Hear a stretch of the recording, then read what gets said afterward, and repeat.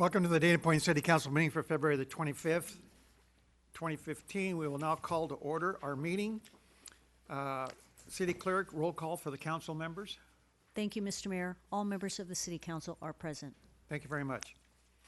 Our Pledge of Allegiance will be led by Councilman Vicsorik. You rise, face the colors. Place your right hand over your heart. Ready? Begin. Pledge allegiance to the flag of the United States of America and to the republic for which it stands, one nation, under God, indivisible, with liberty and justice for all. Please remain standing. Our invocation will be led by Pastor Jeans Christie of the Capitol Beach Church. Good evening. Would you pray with me, please? Father, we realize that this is not the world you planned for us, but we have free will, whether by design or by your grace. For every decision, no matter how small, there is a consequence. Some instantaneously, and some are still coming at us. May we be people of wisdom and seek divine guidance. May we look carefully at the consequences, realizing the importance of the responsibilities placed upon us by the people of this city. We see the turmoil all over the world and ask for a hedge of protection around this nation, its people, our city, and our families. I have a poem on my wall in my office many of you have seen. Actually, it's a prayer by a well-known theologian, Reinhold Niebuhr. I have the privilege of speaking to 4 people a day and walk-ins in a church of over 3,000. And I really get a pulse of the community, whether it's a divorce action or the consequences of substance abuse or somebody who's mad because they got a ticket. But I'd like to, you've heard this, and I'm going to read it in its entirety. God grant me the serenity to accept the things I cannot change, the courage to change the things I can, and the wisdom to know the difference. Living one day at a time, enjoying one moment at a time, accepting hardships as the pathway to peace, taking as he did this sinful world as it is, not as I would have it, trusting that he will make all things right if I surrender to his will, that I may be reasonably happy in this life and supremely happy with him forever in the next. Amen. Thank you. Thank you. Please be seated.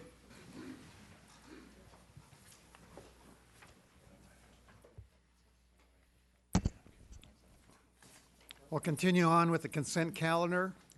All matters listed under the consent calendar are considered to be routine, and all will be enacted by one roll call vote. There will be no separate discussion of these items unless members of the City Council, the public, or staff request specific items to be removed from the consent calendar for separate action. Are there any items to be removed from the calendar, Madam Clerk? No, Mr. Mayor.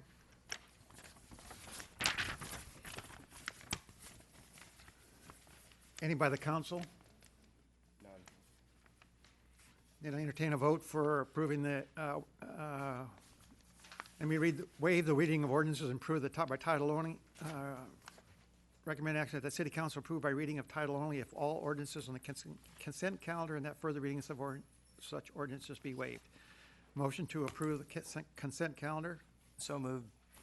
Second. Seconded. All in favor signify by voting.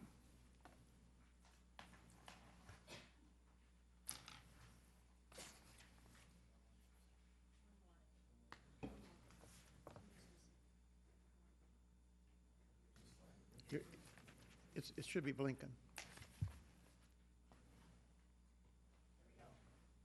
Okay. 5-0 Vote consensus. registers 5-0. At this time, the city clerk will read titles of ordinances listed on the agenda. Are there any? Mr. Mayor, I do not have any this evening. Thank you. Thank you. There are no scheduled public hearings. There's no scheduled unfinished business. We'll now go into a joint session with the Planning Commission. City Clerk, will you do the roll call for the Planning Commission? Thank you, Mr. Mayor. All members of the Planning Commission are present. Thank you. Thank you very much. We'll move into public comments. There will be a 3-minute time limit per person and an overall time limit of 15 minutes for this public comments portion of the agenda. At the mayor's discretion, the balance of the public comments will be heard after the new business portion on the agenda. All comments are to be directed to the city council and shall not consist of any personal attacks. Members of the public are expected to maintain a professional, courteous decorum during their comments. State law prohibits the council from taking action on a specific item unless it appears on the posted agenda. Any handouts for this? No public comments from Thank the you. general public this evening. Then we'll move into staff business, new business. Staff report, item 7. Thank you, Mayor Olvera. If I could, I'd like to ask Ursula Luna Reynosa to provide a update and a presentation on our 2014 annual housing element progress.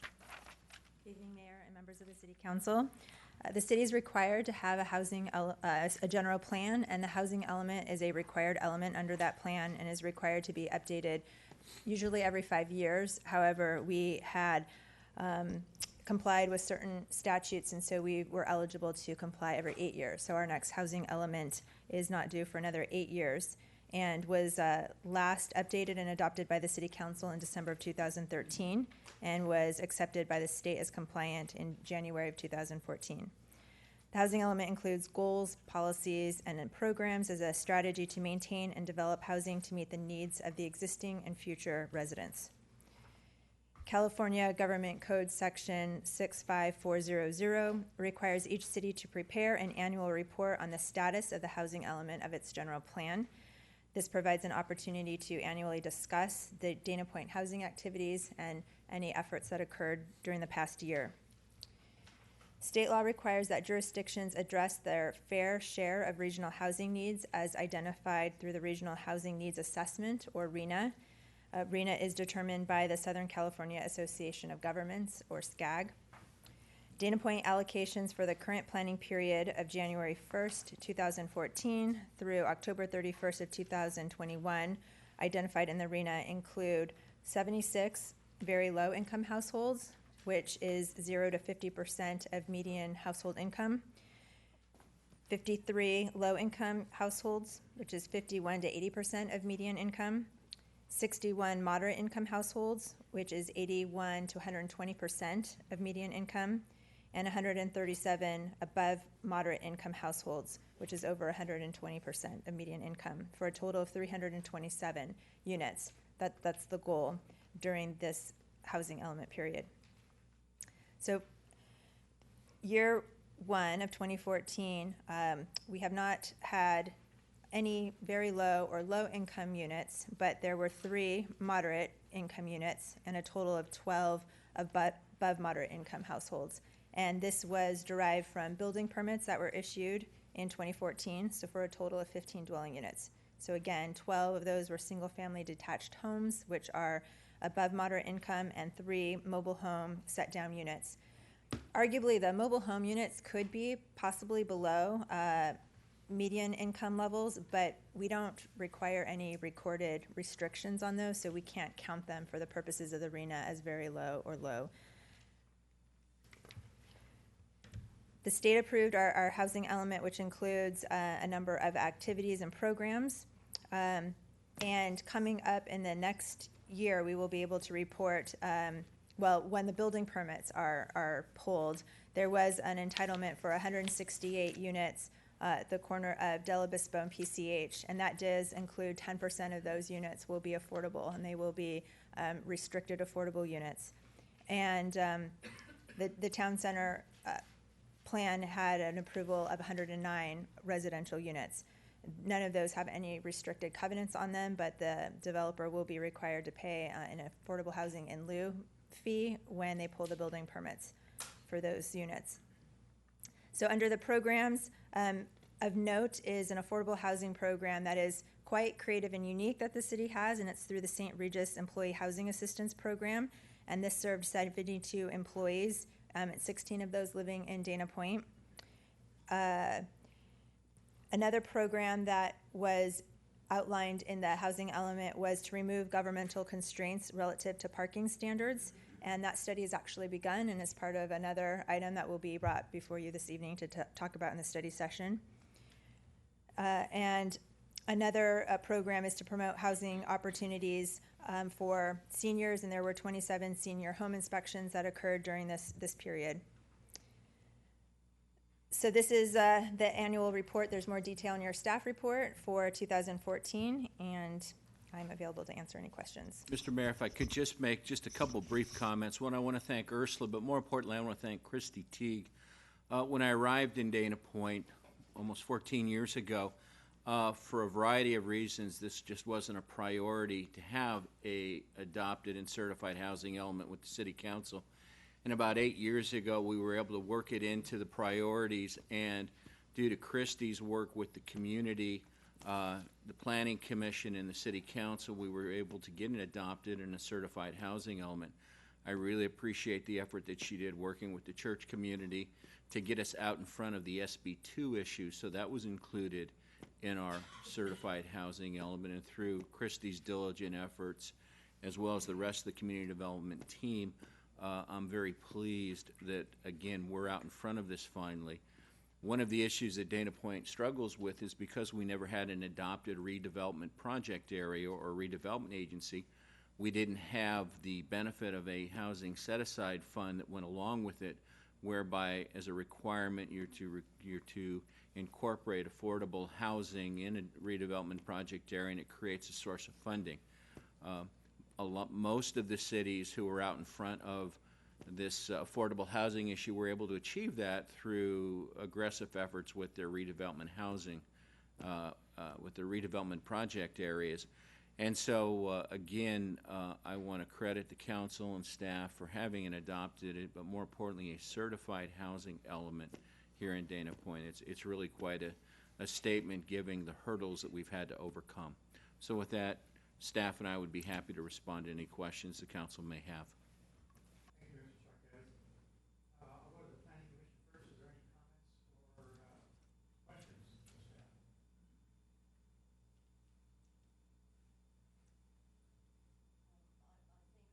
Sorry. The city does a remarkable job at this. I've been in other cities, and everybody has to have them, and it always seems to be this huge, huge issue. And we have been able to get it done consistently and well, and I really like some of the new stuff that's been added here, particularly the St. Regis and the senior, and so I compliment you for this.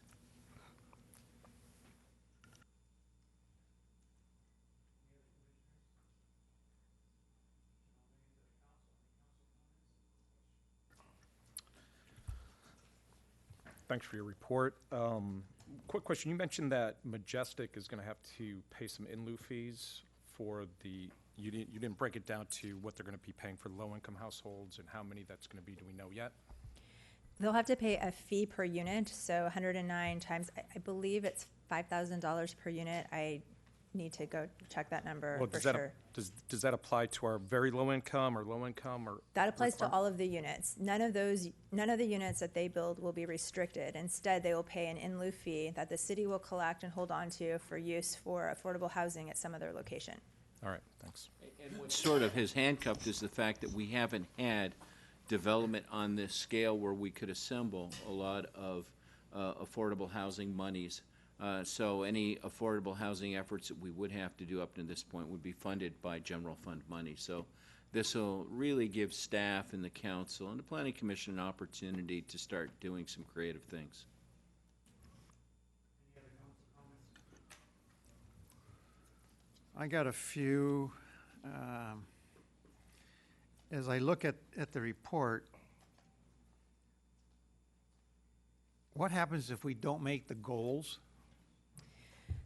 There are no penalties that are contained. This is a document that we strive to try to achieve. And so we have to have that element, we have to have it certified, and we have to do our best efforts to try to achieve those goals, but there are no penalties if we don't do it. It might be more difficult to get the next one certified. We'll have to work with HCD staff on why we weren't able to achieve those goals, but as long as there's, no negligence or act to purposefully try not to achieve those goals, we should be fine. And the problem we struggle with is we're a build-out community, and the potential for development is few and far between. As part of the housing development that's going to be going in down at Del Obispo and PCH, down behind the Denny's, there will be affordable units that are required, and those are replacement units that were required in exchange for a development right. So we'll have some housing put in there, and I would anticipate, if at such time as the mobile home park in Doheny Village, if it ever turns over in the future and there's another development there, that there would be some replacement housing would be required.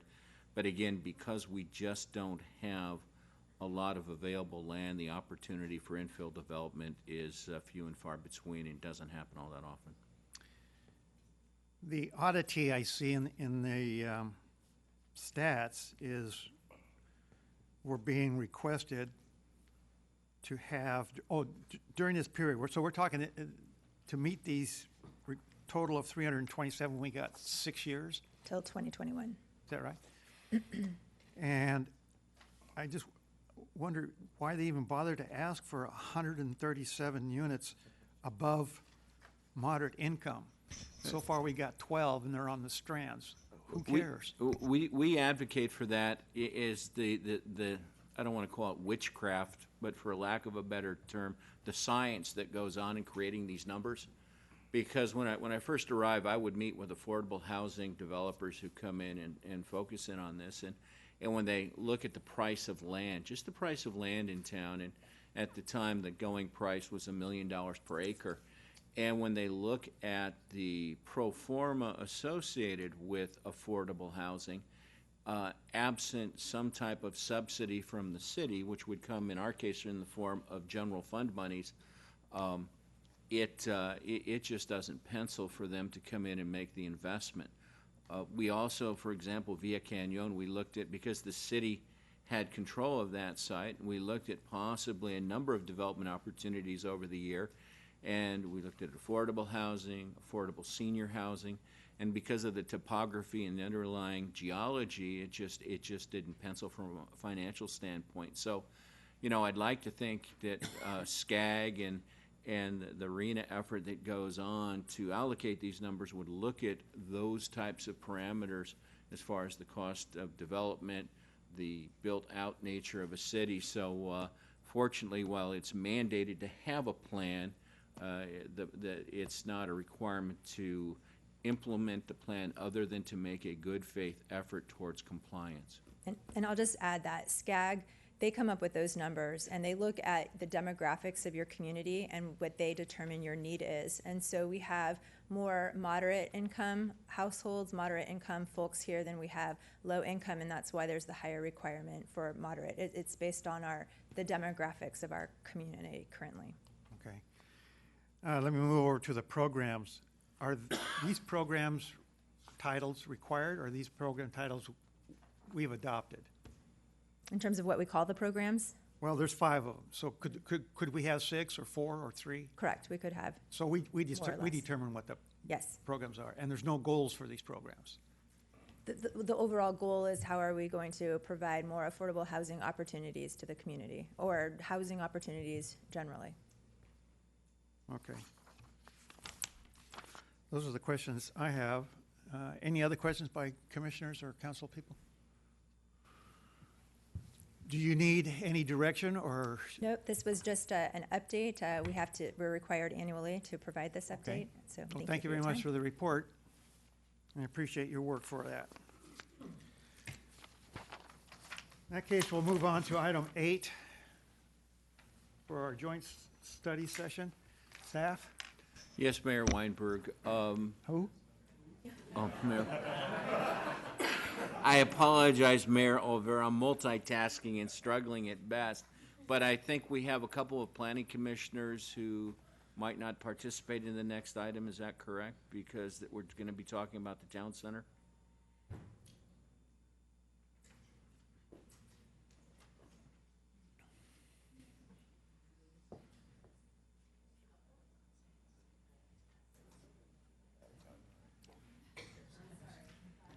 I'm sorry, Mayor Olvera. That's okay. our two planning commissioners live within the boundaries of our Lantern District. And Or so within 500 feet. within 500 feet of the boundaries. So with that, any decisions that we'll be making, they will have to excuse themselves, recuse themselves.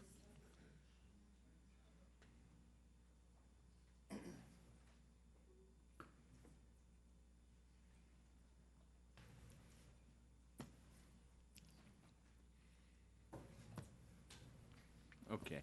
And in recusing themselves, our policy is that they must also leave the room. Thank you, Mayor Olvera. Now, if I may begin, before you tonight is a joint study session to consider a number of issues that are germane to the town center. And if I could, I'm going to make a couple brief remarks. When the town center plan was approved and subsequently adopted and approved by the City Council and the California Coastal Commission, Mr. Dramov of Roma always reminds me that this isn't a specific plan in as much as it's a conceptual plan. It was a plan that was developed, and it was conceptual in a sense that a number of issues we knew we would have to deal with in the future as the development pattern came forward. The Coastal Commission actually, as part of its action, put off the parking requirement and the parking aspect until such time as we were ready to move forward. Unfortunately, Dana Point, like every city in America, didn't anticipate the downturn in the recession, and development was basically put on hold for 5 or 6 years. And so when Majestic came forward with a renewed vigor to try and capture the momentum that was building with what appears to be a recovery, we came into a number of issues that weren't contemplated in the original concept. We candidly didn't think about development that would span from Del Prado to PCH and leave us with essentially a gray area in between, and that's why we had a series of very robust meetings so the council and the planning commission could get their hands around that. We also, last year, the council initiated an effort for a parking management program. We, at the time, had identified a concept that we had talked about with the Coastal Commission, similar to what goes on in San Clemente and how they've been able to do it as far as leasing private lots and turning them into public lots. At the time, the council had developed a plan and commissioned staff to work with our consultant to come forward with a parking management program. So what we'd like to do for the first part of the meeting is just that. We're now at a point where we can come back, present some materials, and talk in concepts and try and get some direction as we refine this down into the form of an LCPA. Because we're limited in the number of LCPAs that we can process every year, and because of the timing with each LCPA, Ursula and the staff had identified a number of other issues that we would like to address and try and include in this LCPA. These are cleanup issues that we've encountered as part of the Majestic plan, but also with other developers who've come forward and now starting to color between the lines, if you will, with their development. A number of these issues weren't contemplated when the concept was developed, but as we refine the concept, it's now time to get some direction from the council with input from the Planning Commission and the community as to how the council wants us to deal with these issues. So what I'd like to do is ask Ursula to please provide a discussion on the first part, which would be the parking management program and the parking study that's going on. And then after the council and the Planning Commission have had a robust and vigorous discussion on that, we would then like to address 4, 5, maybe 6 other issues that we'd like to think are cleanup issues or issues that need to be addressed so as to avoid any confusion as the development community moves forward. So with that, Ursula, could you please provide? Before you start, I got one question on your comment. Yeah. You made the statement that there's only a limited number of LCPAs we can submit. Right. I believe it's every year we're limited to, I Per believe year, I it's think three 4. LCPAs, 4? 4 amendments per year. Yeah, and typically, we never use that many, but the problem is because of the workload of the Coastal Commission, when it's submitted, there's an automatic, they ask for a 6-month continuance or a delay, and then it's 18 months. So from the time we file it, we're lucky if we can get something back from the Coastal Commission in an adopted form anywhere from 18 to 36 months. So again, we want to try and get as much as we can in each LCPA. And we've had some preliminary discussions on a number of these issues with the Coastal Commission, but it's time that we bring these forward and start having some discussion between the Planning Commission and the City Council so we know how to flesh this out as we move forward. Thank And you. again, this is very conceptual tonight, and we're just asking for some very high-level policy direction, so as we do our work, we can bring it forward. Okay, thank you. Ms. Luna Reynoso, please proceed. Thank you, Mayor Alvera, members of the City Council, and Planning Commissioner members, which I realize I failed to acknowledge you at the last item. I apologize. Thank you, Doug, for laying that foundation for this evening's discussion. The Town Center Plan was adopted by the City Council in 2006 and then certified by the Coastal Commission in 2008, 2 years later. The approval was after many years of public input with many community workshops and a 15-member subcommittee. There's a lot of community DNA contained within the document, producing a great sense of ownership and pride.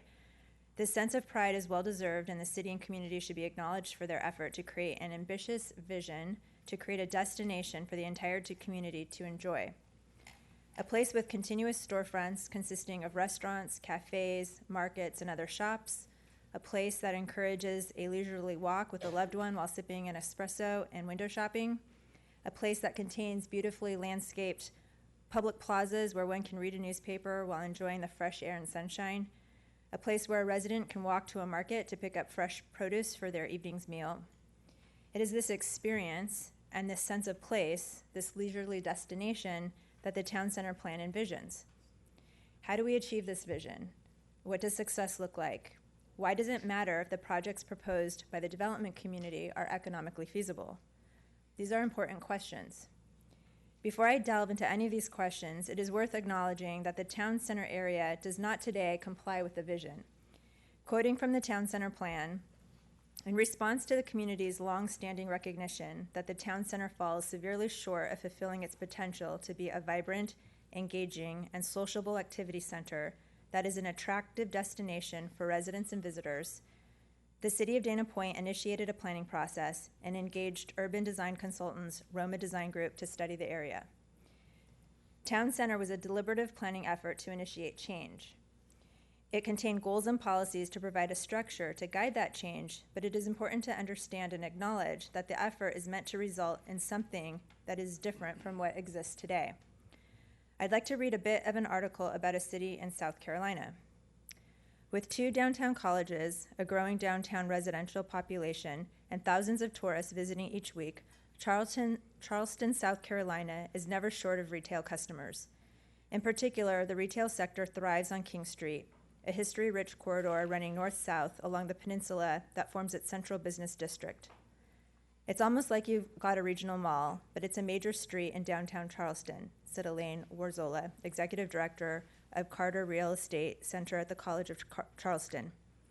It has a lot of national retailers, but also a lot of local, eclectic stores mixed in with unbelievable restaurants. Warzola credits Mayor Joseph Riley and other city and community leaders with planning and nurturing the growth of the past 3 decades, relying upon tourism and the city's historic value to promote retail, restaurant, and nightlife development in a city center that had been in decline before the 1980s. It was tourism that helped downtown retailers stay in business during the recent recession. And with a cruise ship terminal just east of King Street, plus about 1,000 rooms across 10 new hotels slated to open in the next 2 years, it looks as though tourism will remain the chief growth engine. Local retail demand is growing, however, as new residents move into the downtown. The income level of the people coming into the peninsula over the last 5 years has changed the character of the peninsula, Warzola said. Their incomes are much higher. A lot of people are retiring on the peninsula and have money to go to high-end restaurants. This article caught my attention not because Charleston is a perfect city to compare Dana Point. However, tourism is a major economic engine, and higher income residents are a couple of commonalities. The article caught my attention more because of its deliberative effort of a city to change the landscape of their central business district, and they are achieving success through a combination of planning and economic development efforts. A few questions I posed earlier. How do we achieve the vision outlined in the town center plan? What does success look like? Why does it matter if the projects proposed by the development community are economically feasible? Let's start with the second question and allow me to paint the picture again. A place with continuous storefronts consisting of restaurants, cafes, markets, and other shops. A place that encourages a leisurely walk with a loved one while sipping an espresso and window shopping. A place that contains beautifully landscaped public plazas where one can read a newspaper while enjoying fresh air and sunshine. A place where a resident can walk to a market to pick up fresh produce for their evening's meal. Who is going to build the continuous storefronts and fill them with restaurants, cafes, markets, and shops? Who is going to build the public plazas? The realization of this built physical environment is essential to the success of the vision outlined in the town center plan. Changing the traffic pattern and adding some streetscape improvements, while an important first step, is not the end game. If the private development doesn't occur, the city isn't any closer to realizing the vision. We have essentially answered the third question. If the projects aren't economically feasible, then they won't get built and we won't realize the vision. I've left the first question for last. How do we achieve the vision? Is really the combination of having a forward-thinking, thoughtful planning document that is economically feasible and utilizing economic development tools, as was done in Charleston, that will provide the best possibility of a successful outcome. The good news is that we have a forward-thinking, thoughtful document. The efforts of the community under the leadership of the city have resulted in a set of goals and policies that provide an excellent framework. It is very difficult to think of all the possible scenarios when creating a vision and a plan in a theoretical context. The goals and policies contain words like should and encourage, but it is the development standards that planning staff has to consider when evaluating a project. Development standards are numeric standards and contains words like shall and will. Having clear development standards is the most important element of the town center plan to ensure that the physical environment is built as envisioned. There are times in the document when the development standards are unclear or didn't contemplate certain site conditions or development scenarios, or where they are not in alignment with some of the goals and policies. The latter part of tonight's discussion will include a presentation of some refinements to certain development standards to provide clarity. Part of the purpose of the dialogue will be to determine legislative intent in some cases and ensure that the standards correctly represent that intent. However, before we get to that discussion, we'll talk about parking. The parking discussion is an important one and is at the heart of the issue relative to economic feasibility. The Town Center Plan recognizes a number of issues existing in Town Center, and one of them is lack of critical mass and mix of retail uses. The plan goes on to say, although there are underutilized or vacant sites within the Town Center, opportunities are limited for new, larger anchor establishments that could further the diversity and appeal of the area. This is due in large part to the requirement for individual businesses to meet all of their parking needs on site, which results in more than half of a typical parcel being dedicated to surface parking. Due to the relatively small size of most of the town center parcels, dedicating more than half of the lot to surface level parking means very little room for physical development or actual retail space. Under the mixed use designation contained within the plan, developers are left with little choice but to do subterranean parking in order to preserve as much land area as possible for buildings. Subterranean parking is very expensive. Conservative estimates are $40,000 per space 1 level down, $60,000 per space 2 levels down, and $80,000 per space 3 levels down. This is a substantial cost to be absorbed by a project. Costs have to be offset by revenue in order for a project to be economically feasible. The Town Center Plan recognized that utilizing the city's current parking standards would need to be addressed. This issue was deferred, but the plan includes language in the implementation section that calls for the city to develop a parking management program. The city took the first steps to do such when they retained the services of Nelson Nygaard. So at this time, I'd like to introduce Patrick Siegman of Nelson Nygaard to provide additional details relative to the recommendations that they have included in the parking management program. Thank you. Thank you, Ursula.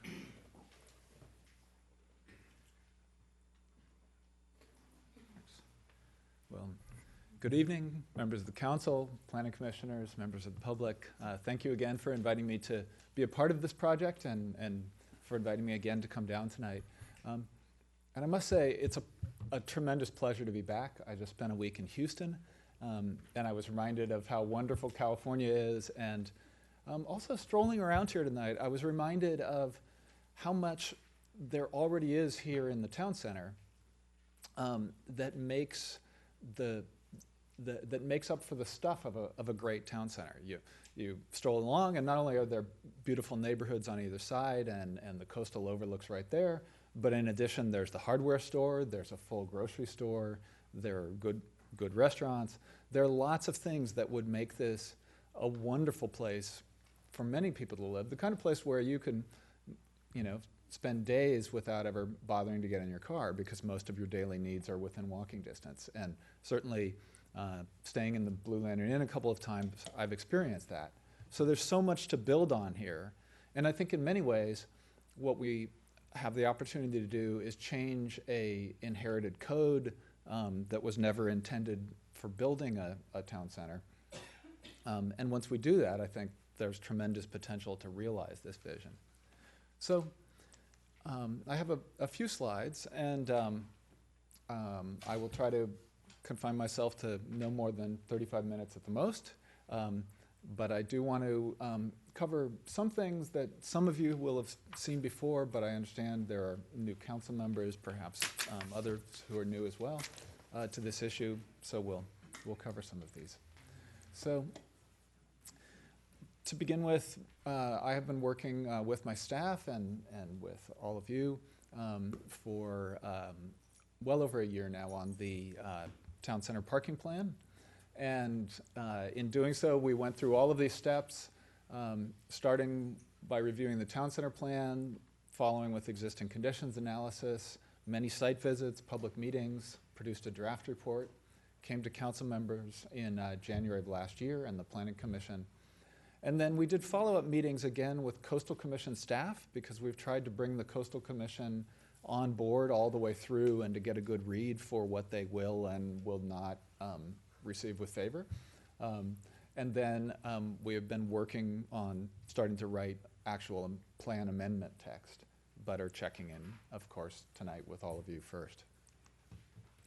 So we began by understanding clearly that parking and transportation is not an end in itself, but very much a means of achieving larger community goals. And in this case, of course, the overall goal is to achieve the vision of the town center plan.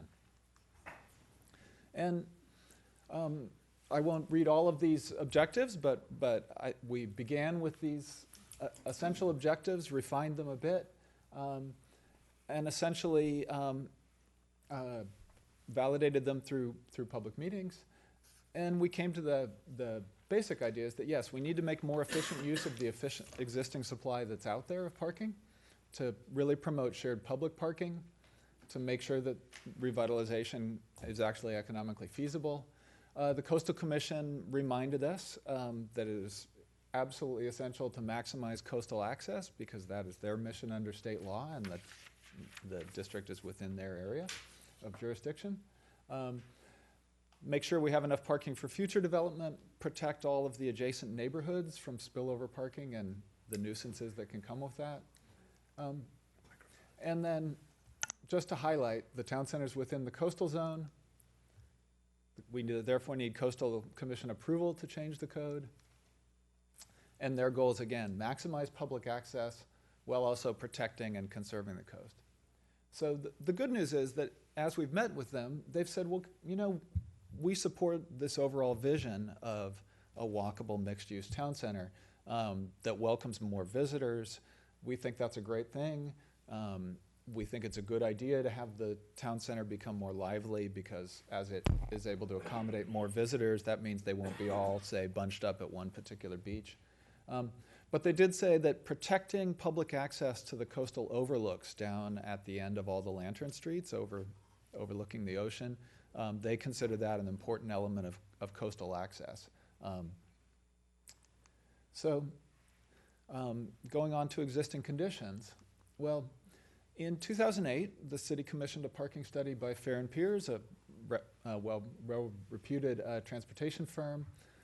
They collected data on all of the parking within the town center plan boundaries, both public and private, on-street and off. That was done in 2008, but there's been very little development since then. Just a few exceptions, new tenants like new gym or two. But essentially things haven't changed much because of the recession. And what we see is that at the busiest hour on the busiest day of the week during that study, still 44% of the overall parking supply remained empty, more than 1,000 spaces. And it's a little bit hard to see the colors here on the screen, but all of those blocks in green, which is the majority of them, are less than 60% occupied. The blocks in yellow are 60 to 80% occupied, in other words, reasonably well used. And there's just one block, which is actually a small row of parking behind La Plaza that was actually full. So there's lots of parking and quite a surplus. This shows the street parking, and what you see is that the on-street parking supply is about 63% full at the busiest hour. A few blocks, actually, all the street spaces are full. Others are underused.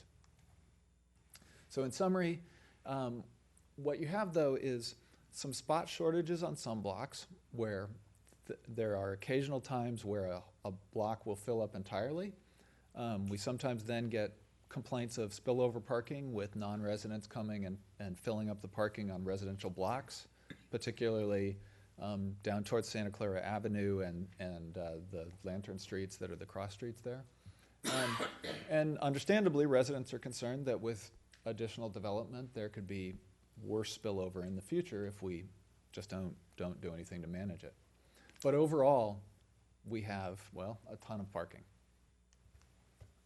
And recently we obtained data on the Meridian building, which is at the corner of Del Prado and Violet Lantern. It's the building with Lux Restaurant on the ground floor and some other office tenants and other commercial uses. And then above, there are condominiums. I think there are about 24. So it's one of the few mixed-use buildings that currently exists in town.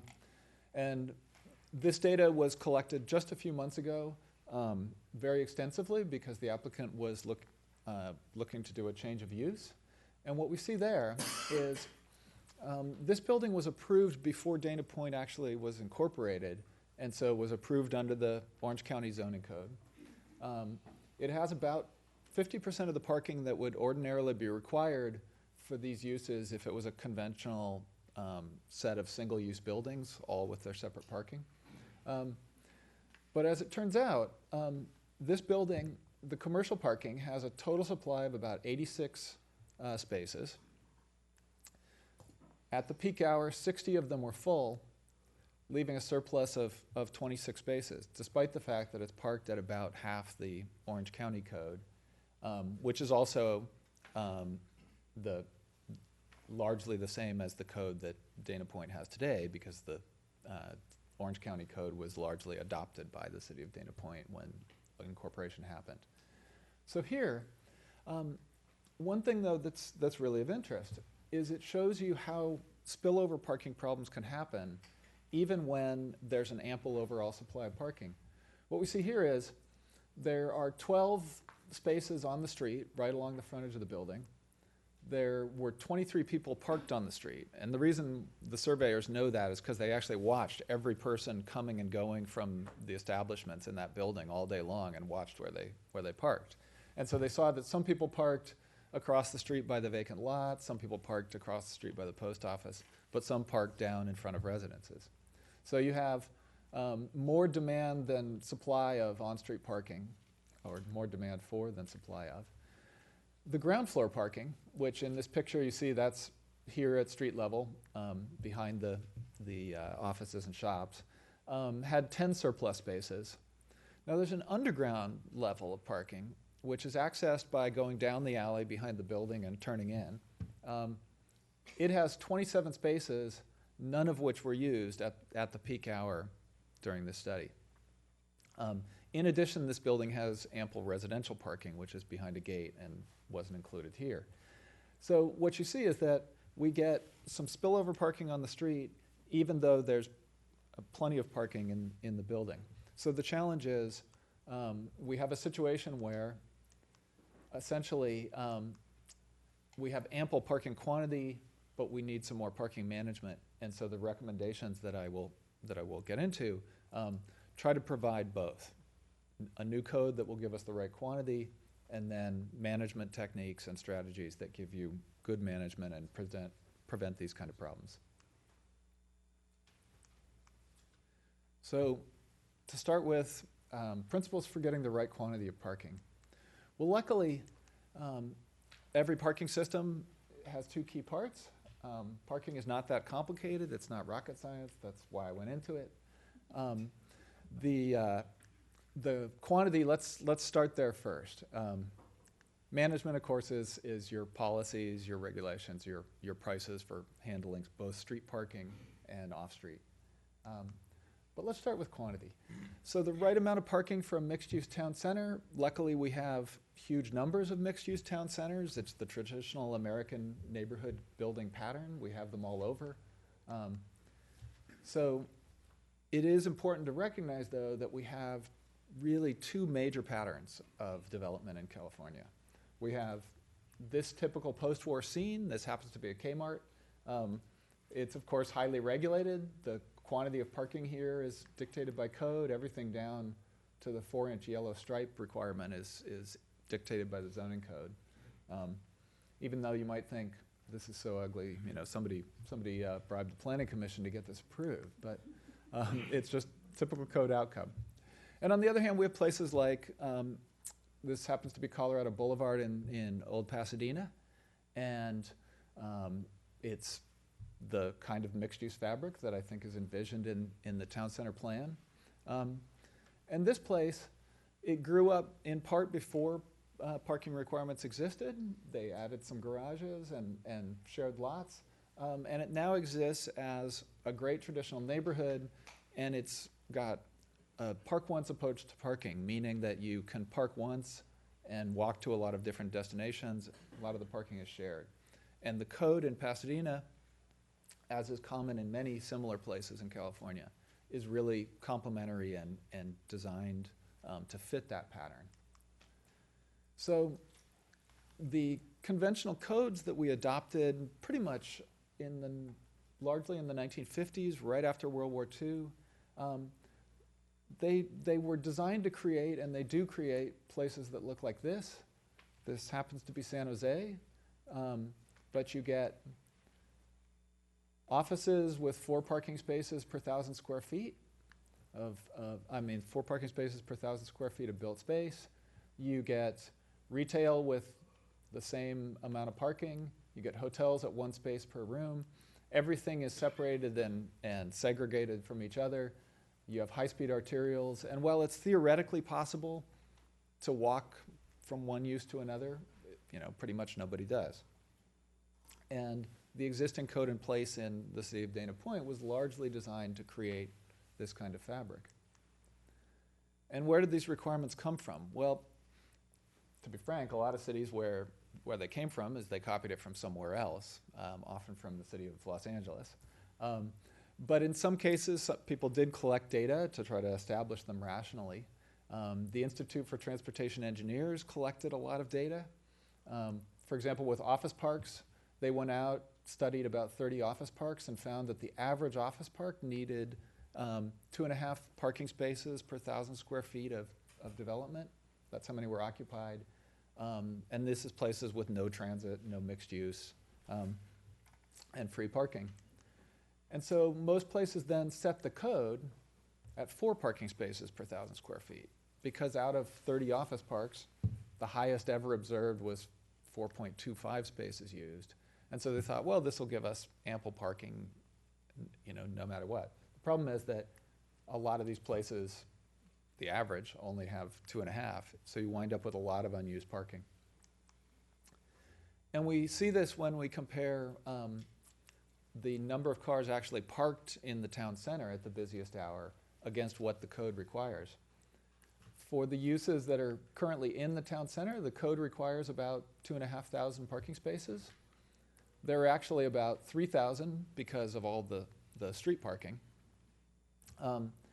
But at peak hour, we only see about 1,600 cars parked.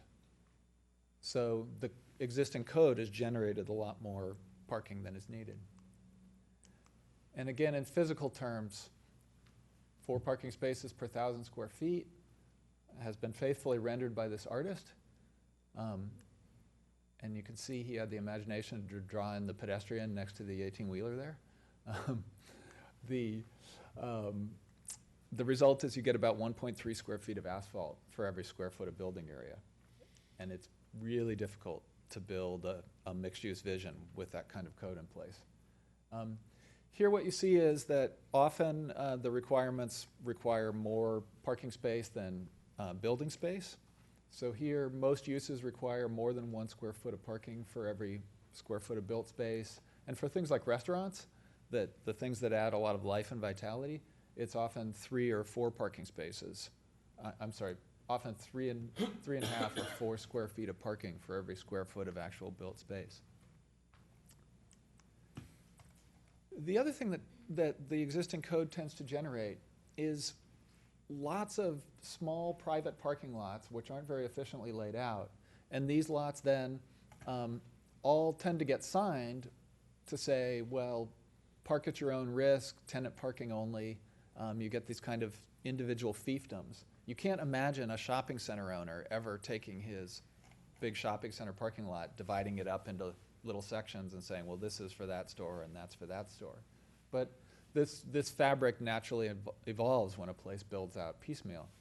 And the problem, well, the first problem is it's not very welcoming for visitors. You know, if you show up, you have lunch, you decide to go next door and get a haircut or shop, you've got these signs that make you wonder whether you'll be, towed or beheaded if you leave your car there. The other problem is that it's really inefficient. Partly because of this, we reminded the Coastal Commission there are still lots of vacant lots since things are difficult to develop and redevelop. And so in summary, we get tons of parking surplus, but it's pretty scattered and inefficient, and it makes building the vision really difficult or infeasible. So oftentimes the first thing that comes to mind is folks say, well, can't we just keep the existing code and just build enough parking structure spaces or put them underground to build our way out of it? Well, these days it's about $40,000 a space here in coastal California to build a parking structure, including the soft costs for things like permits and design. Well, at $40,000 a space, you ask how much revenue would we need to just break even on the cost of building and operating that parking structure over its lifetime. And what we get to, it's about $275 per month per space every single month for the life of the parking structure. And so the thing that comes to mind is, well, anything you can do to reduce parking demand or use existing parking more efficiently for less than $275 a month is a real bargain. And so we immediately thought, okay, let's put in place systems that will help us use the existing surplus parking effectively and get the right quantities in the future. So let's talk a little bit about how the mixed-use town centers are really different from conventional development. Thankfully, the traditional American neighborhood is very efficient in many ways, and parking is one of them. With conventional development, you often get a pattern like this where, let's say, a mom goes into the town center, or I'm sorry, goes into a commercial district, drops their child at class, goes off to the office for a bit and works, goes back, picks up the child, takes them over to play with a friend, perhaps goes shopping while they're playing, comes back, picks them up, and they go home.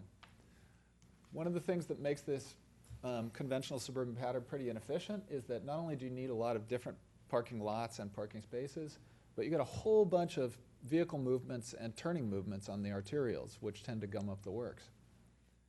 And when you think about the traditional American mixed-use neighborhood center, you can take all the same stuff, you can rearrange it in the kind of pattern envisioned in the town center plan, You can hide the parking behind the shops and the offices. Now you can drive in the morning, park. Johnny can go off to class under his own power. You can go to work. Johnny can go over and play. And at the end of the day, you can both meet up and go home.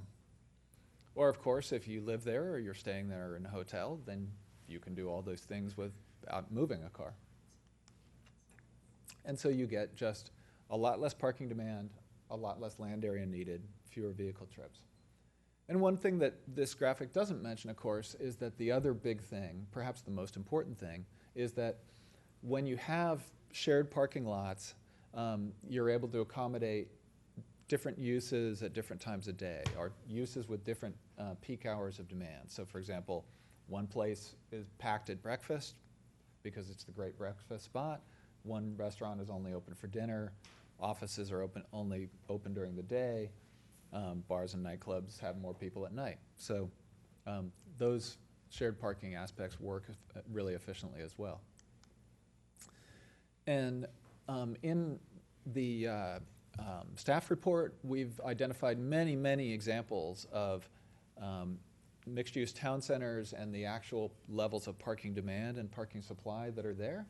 I'll pick this one because I know it well. This is my hometown. Downtown Palo Alto, I actually used to work on this block. This was once a student hangout downtown. It's grown to be much more expensive because there's so many venture capitalists and startup companies and white table restaurants where they do deals. But this is the kind of environment where if you live, you can go for weeks at a time without ever having to drive anywhere. So in downtown Palo Alto, the observed peak parking occupancy, 1.9 spaces occupied per 1,000 square feet of development. This is a downtown with, last time I counted, there were 133 restaurants in 80 acres. Well, if you add a 10% extra vacancy to get ample parking, that puts you at about 2.1 spaces per 1,000 square feet of demand. Well, the existing requirement in downtown Palo Alto back when I did this study was 4 spaces per 1,000 square feet. Well, if we had actually built that downtown up to the existing standard, we would have had to build another 5,000 spaces at a cost of approximately $300 million. And that all would have been parking that wouldn't have gotten used and that we didn't need. So with that as background, that takes us to recommendations for both the right quantity and the right management system. We have really 5 recommendations for the relatively short term. In the parking report that I prepared, there are additional long-term recommendations, but these are the crucial ones that we're moving forward with now. So let me just go right into them. First, because we have so much existing asphalt out there that could be better used, we recommend leasing or purchasing some of these private lots from willing sellers and adding them into the public supply. And this concept was proposed in the original town center plan. Many examples of this being done, Ventura, San Clemente, all over California. Just to give you a sense of the cost, San Clemente says that on average, for the 8 lots that they've leased in their downtown, they're paying an average of $35 a space a month in rent. And then what they also do is they cover maintenance, security, enforcement, and liability. And these lots are now all signed as public parking. So when people show up, they really feel like they're being welcomed into downtown. Second, a really good program of signs and kiosks and everything else that makes up wayfinding. In many cases, we've heard that people just aren't aware that these parking lots exist. So at the Meridian building, they attempted to remind people that they have parking at the ground level right behind the building. But this sign, not only is it small because of the existing sign code, but it's also not illuminated at night. So it's very difficult to see. And if you can get much better, bigger signs with the universal parking symbol and put them well in advance, we think a lot of the people who are unaware that there's plenty of parking will now find it and find it easily.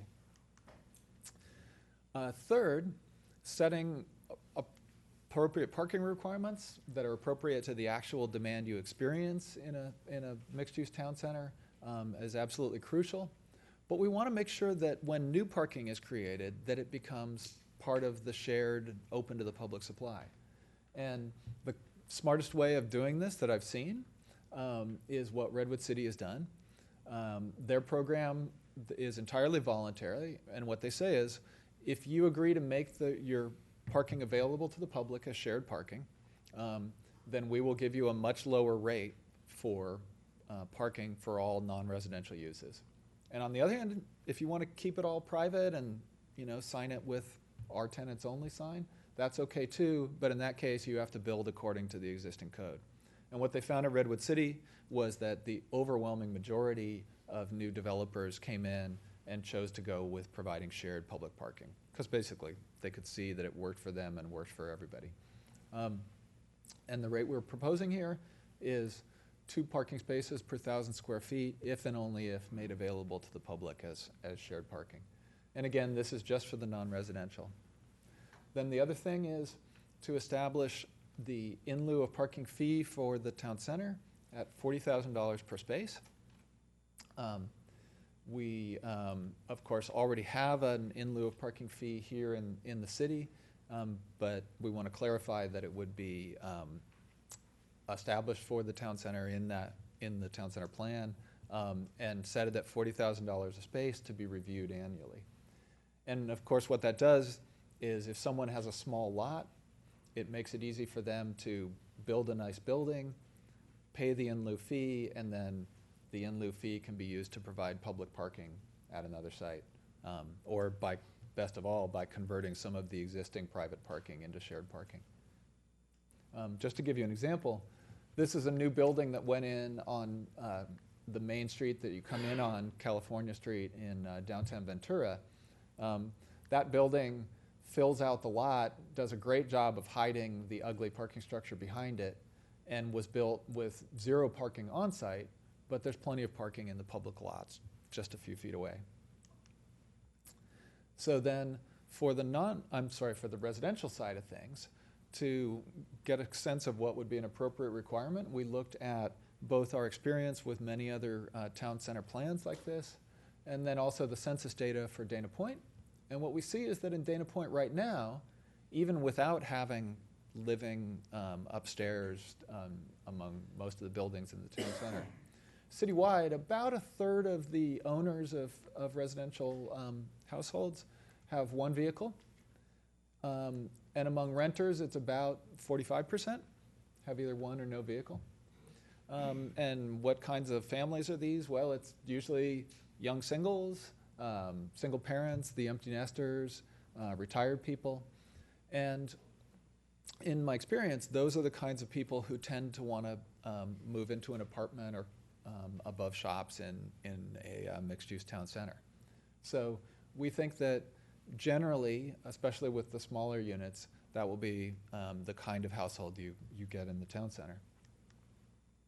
So for residential, what we're recommending is that a minimum of 1 parking space for each unit, and then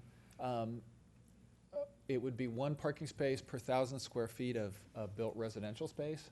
So what that means is that if somebody builds a 3,000 square foot penthouse, then they would be required to provide 3 parking spaces. But if it's a modest 1-bedroom apartment, then they'd be providing 1. And that scaling according to size is the best relationship we've seen to actual demand. So to give a sense of how much the existing parking supply could absorb of the new development, we prepared an estimate. And what we came to is there are about 1,000 surplus parking spaces on the ground right now in the town center. If you converted just half of that to shared public parking at the proposed new parking standard, you would be able to accommodate about 250,000 square feet of non-residential new development. Now, it turns out that the build-out of the town center plan projected that you'd have about 270,000 square feet of new development on the non-residential side. So essentially, if you can convert just half of the existing surplus into shared public parking and make it available, you would be able to support virtually all of the planned new development. That is on the non-residential side.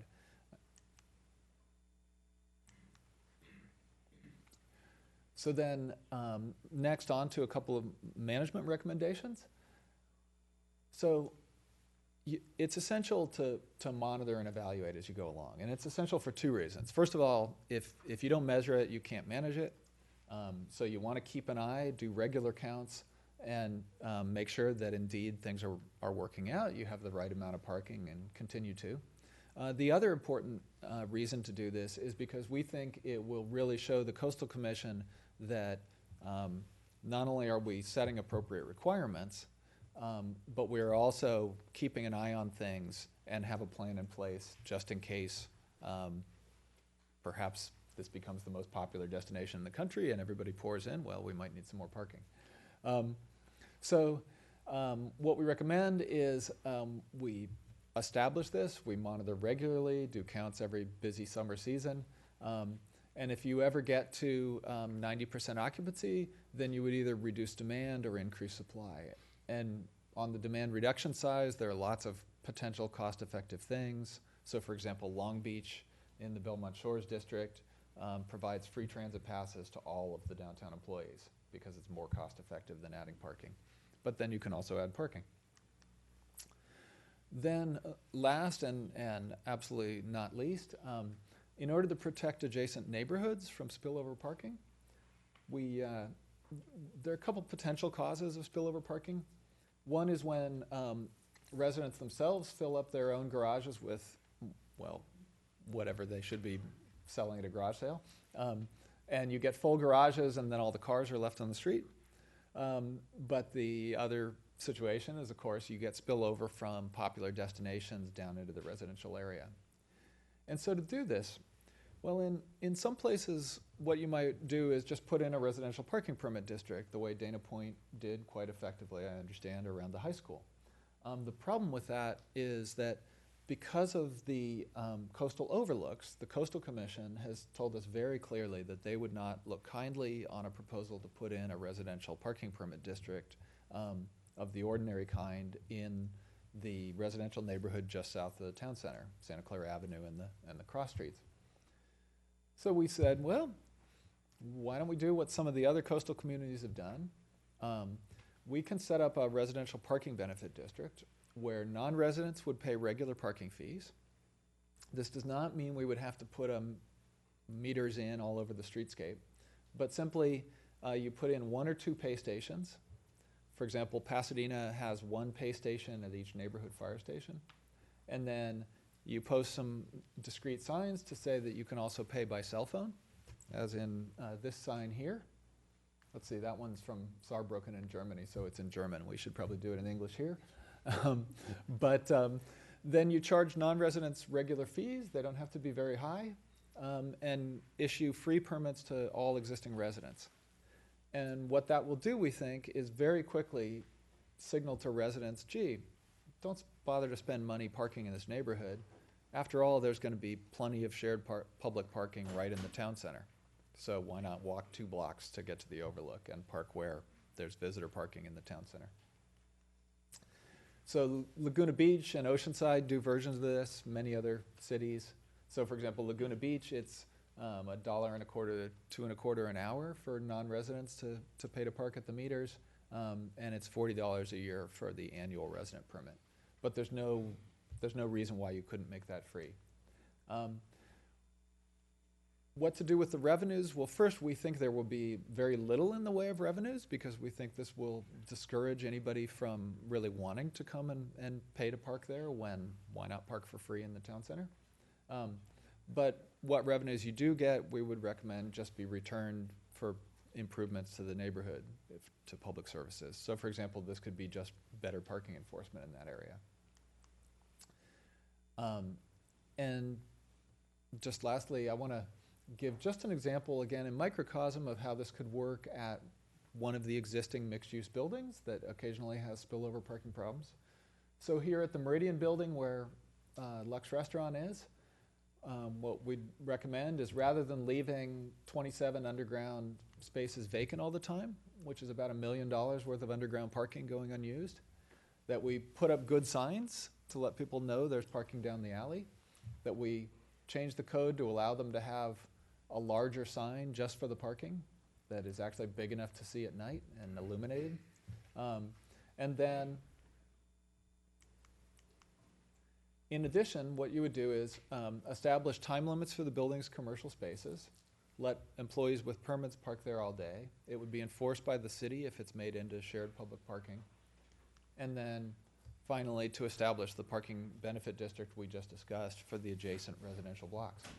And you put that together, and I think just as it's happened in other cities where we've done similar things, the spillover parking problems go away right away.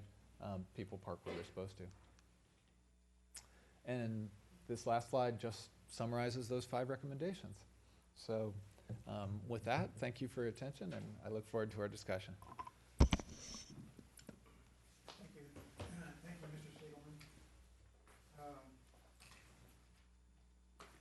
bring this back to I'll start with the commissioners for any comments or questions of the staff. Hi, thank you. I have a question of you, Patrick. Let me see if I can ask this right. So when someone enters a parking lot or a parking structure, at what percentage of parking occupancy, I guess, and we're used to like office buildings have occupancy, but we're really talking about parking space occupancy here. At what percentage of occupancy do people perceive that it's congested or having trouble finding a space? Do you know? Usually for off-street parking lots, about 90%, and for shorter term, that is 90% occupied. And for shorter term parking, where especially for curb parking spaces, where people are staying a shorter time, about 85%. So those are good rules of thumb. And so your recommendation is that when it gets to 90% is when we should start to look at doing something versus, so people are already perceiving there's an issue by the time we're... If you measure and you are at 90% occupancy, then you should definitely take action. And one reason I suggested setting it at that level is not to say that you shouldn't do anything until then. Actually, I do recommend monitoring, and if you're approaching that situation, to act. But what I was keeping in mind as I prepared this was that anything we adopt is likely to become something that is required by the Coastal Commission and can't be changed unless they approve it. So I thought, let's not make things too stringent. For one thing, I expect they might make anything we do, more stringent. So that was my thinking there. Okay, and then I do have another question on the residential recommendation for the Lantern District Town Center. And that was 1 space per 1,000 square feet. The Planning Commission has had the opportunity to have a study session on some town center projects that are in the pipeline. And their units, though many units, but they were always under 1,000 square feet. If we set it at 1,000 square feet, are we then discouraging larger units because they would then have to have another parking space? I think no. Certainly, certainly if you have a requirement that is purely a flat number of spaces per unit, it tends to result in larger units. So for example, let's suppose you go to a city where, regardless of unit size, 2 spaces are required. That tends to drive the market towards bigger units to absorb that cost. Here I think it's scaled so that as unit size goes up, the parking requirement goes up, and what tends to happen is it's designed to fit about what the market would want anyway. So in other words, if somebody is building a 3,000 square foot luxury penthouse apartment, they're very likely to build for the market's sake, even if there are no requirements, 2 or 3 parking spaces. Okay, well, thank you. Thank you. Any other commissioners' comments? Commissioner Newkirk? My question is really more of a comment on tagging on Commissioner Whitaker. The concept of if occupancy exceeds 90%, we'll take action. I mean, that's a fairly reactive stance, you know, and I think what we need to be, I mean, ideally, we're looking toward a build-out. I mean, that's what everybody would like to see. Town center built out, fully vibrant. If that happens and we get to 90%, we may not have many options about what we can do. There's not going to be a lot of land available. The projections and numbers that I've seen, while very thorough, tend to be based on available inventory. And, you know, what I would be interested in seeing is a projection based on a scaled out build out, like a 25, 50%, 75%, 100% build out, just for, say, lots that are currently open and developable based on the parking requirements that you're projecting at 2 per, you know, with all the new standards. And where do we stand if those hit? If everybody builds to those standards, what does that parking inventory look like?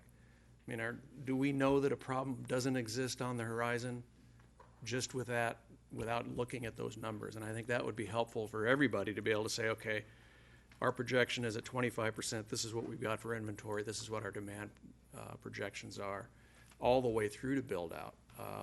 You know, I think the worst thing we could face would be the realization in 10 years when it starts to get built out that, oops, we didn't really make adequate allowances. I mean, Palo Alto with a 191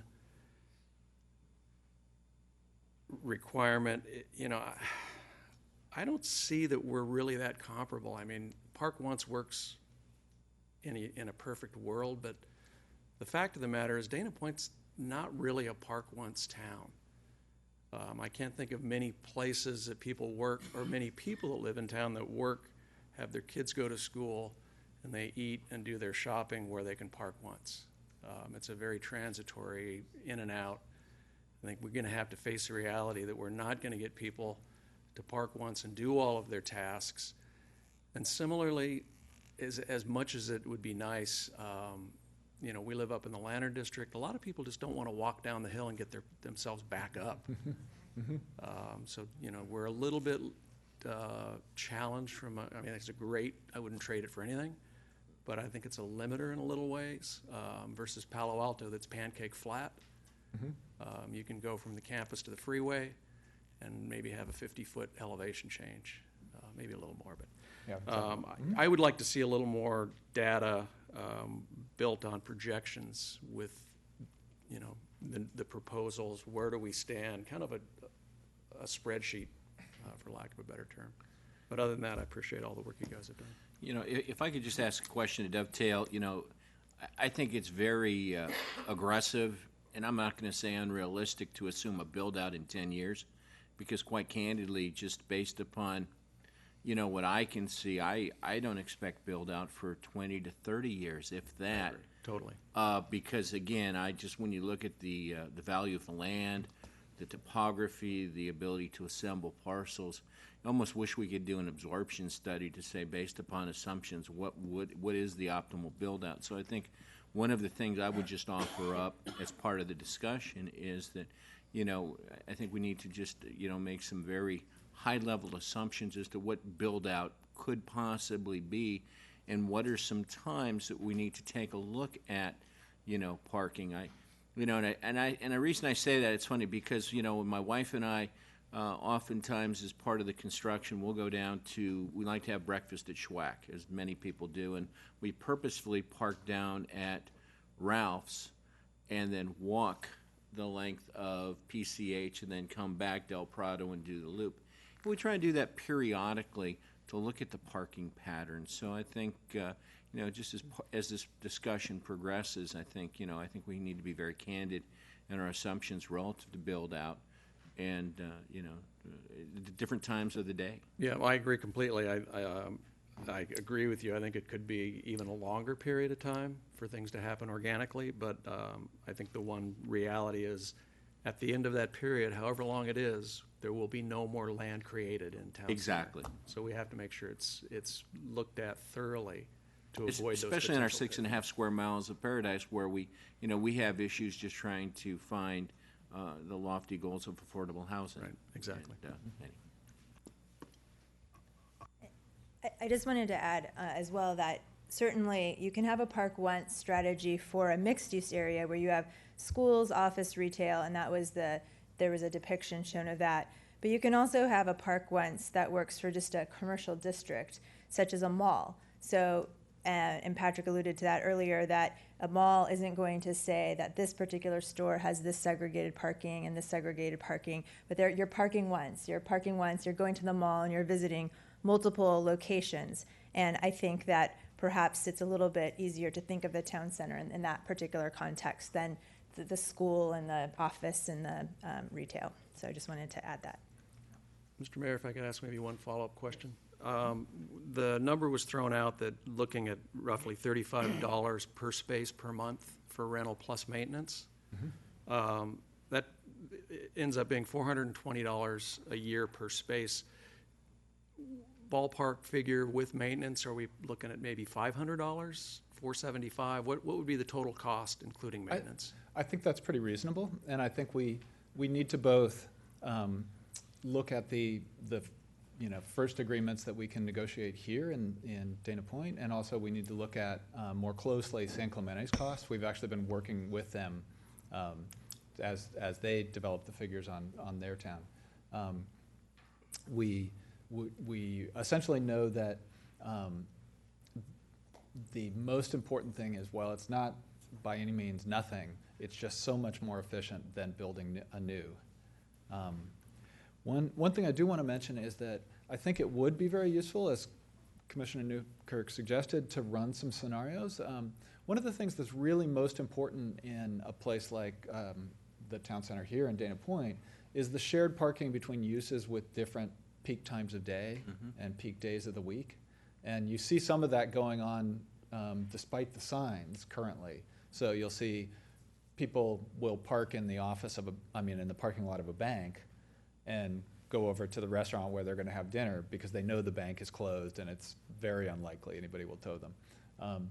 That is how you get so much efficiency in many of the places I work. It's not so much that people are living upstairs and strolling everywhere. It's really that you just are using the same space for a lot of different cars during the week. We also, I want to mention, have I think 20 examples of downtowns in the staff report. So I didn't include them in the presentation in order to avoid going on too long. But you'll see there most of them fall between about 1.5 and 2 spaces occupied per 1,000 square feet. But there are outliers. There are some down at below 1 space occupied, and there's a couple that are up at 2.5 and a bit higher. So we are establishing something that we think fits what demand is very likely to be, but it is important to have in place that monitoring for, well, what if you do wind up on the very highest end? Yeah, and then just a final wrap up on that, kind of tying that all together.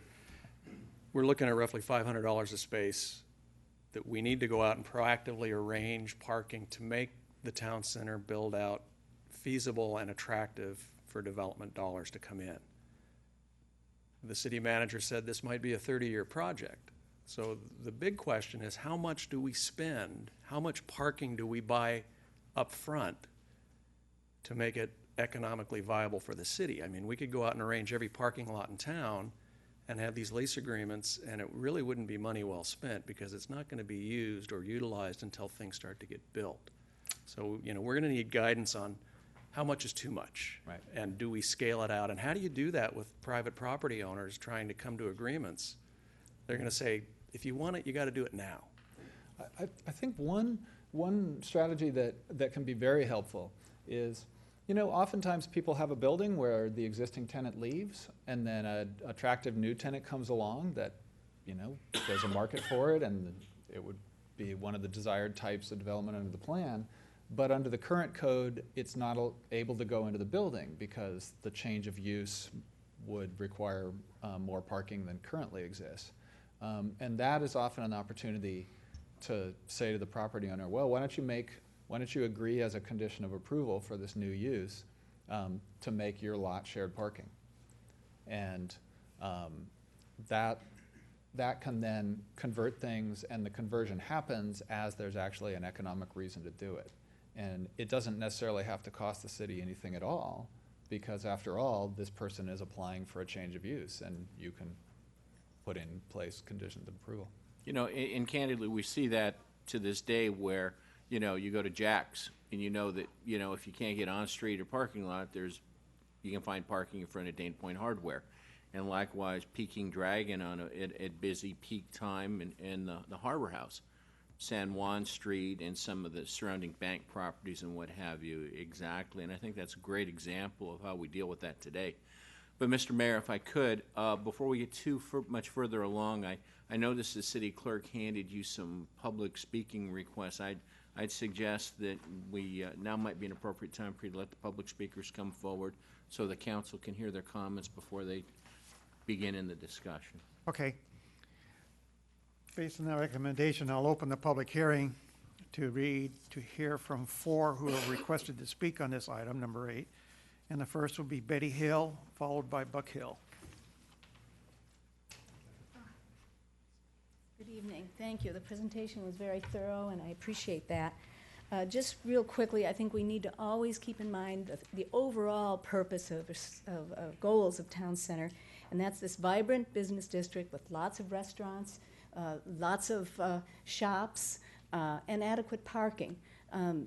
Shops and businesses and restaurants are going to often have hours that are compatible. They'll want to be open when people are most likely to be there. The main issues that are being discussed tonight in the staff report are the shared parking and zoning, increasing public parking, and the costs and solutions. The zoning changes recommended are pretty significant and risky. We're talking about the current code of 10 spaces per 1,000 square feet to go down to 2 spaces.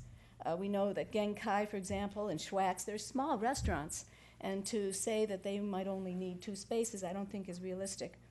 The retail spaces would actually, at 1 space per 1,000, would actually could result in 2-bedroom condos or units only needing 1 space. And I think that's something that we need to be really concerned about.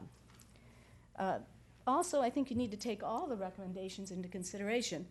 Changing the zoning laws, but we also have recommendations to provide in-loop parking, 8% bicycle reductions, credit for street parking spaces to give them to the restaurants and developers, and requiring no on-site guest spaces. So when you start adding all these little giveaways together, I think it really could become a real issue of limiting the current available parking. Also, I think there's some danger in using current capacity to numbers when we know that there's underdevelopment right now that we'd like to fill. So I think the result of all these recommendations could create a much more of a crisis. The Town Center plan actually called for the city to obtain long-term options to lease or purchase parking, and Nelson Nygaard's study also talked about purchasing parking areas, or combining lots to make bigger parking areas.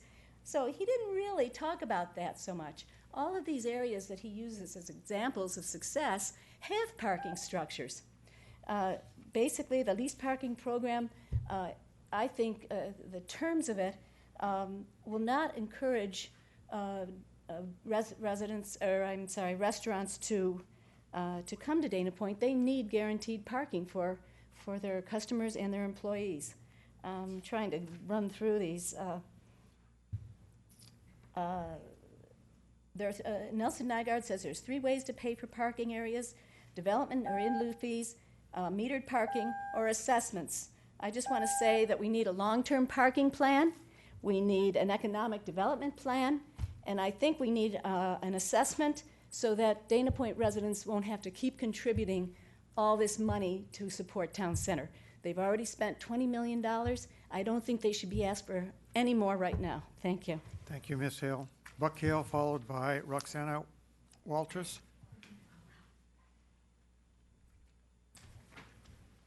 Thank you. It's a pleasure to speak to you. I think we all share that vision that Ursula did a beautiful job of painting as to what the town center could be, and it's very appealing. I'd love to see restaurants and shops and be able to go there. However, I can't walk from my house. I'm over in Capo Beach, and it's down the hill, up the hill, and it's a beast. It's 4 miles, 3 miles. So I've got to drive in, and if I can't find a parking space, I'm going to choose to go to San Clemente, some shopping mall, whatever it is, and do my business. So as a consumer, I'll settle for one parking space, but I'm not really happy walking from Ralph's parking lot to the Apex where Up Sports used to be at the other end. It's just too far. So customers will make up their mind based on the convenience. First, they'll make up their mind, how attractive is the store? The reason we have so many parking spaces now is the retail and restaurants in downtown are marginal. There's some good restaurants and there's a few good retailers, but there are a lot of them that aren't succeeding. You look at the Lux building, and most of those are very marginal. And that's why we have all these empty spaces. And those empty spaces go away as development occurs. Like the entitlement to Majestic covers up 98 of those spaces that were free for us to rent and so forth. And if you go through what Gary has asked for and do a build-out, there aren't going to be anything like 1,000 empty spaces available. The other point that my wife tried to make is a 5-year lease is meaningless. We don't need any more parking spaces right now. We need them from the time economic development really occurs on. Now you flip to the other side. How do we attract these merchants that we really want? Good restaurants, interesting places to visit, a chance to meet people and sit outside and enjoy the ambience. You've got to be able to offer those merchants the prospect of years of success in that location.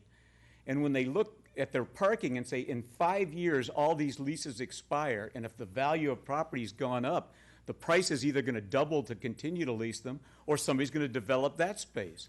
So 5-year leases, particularly this next 5 years, are almost worthless to the city. We don't need them right now.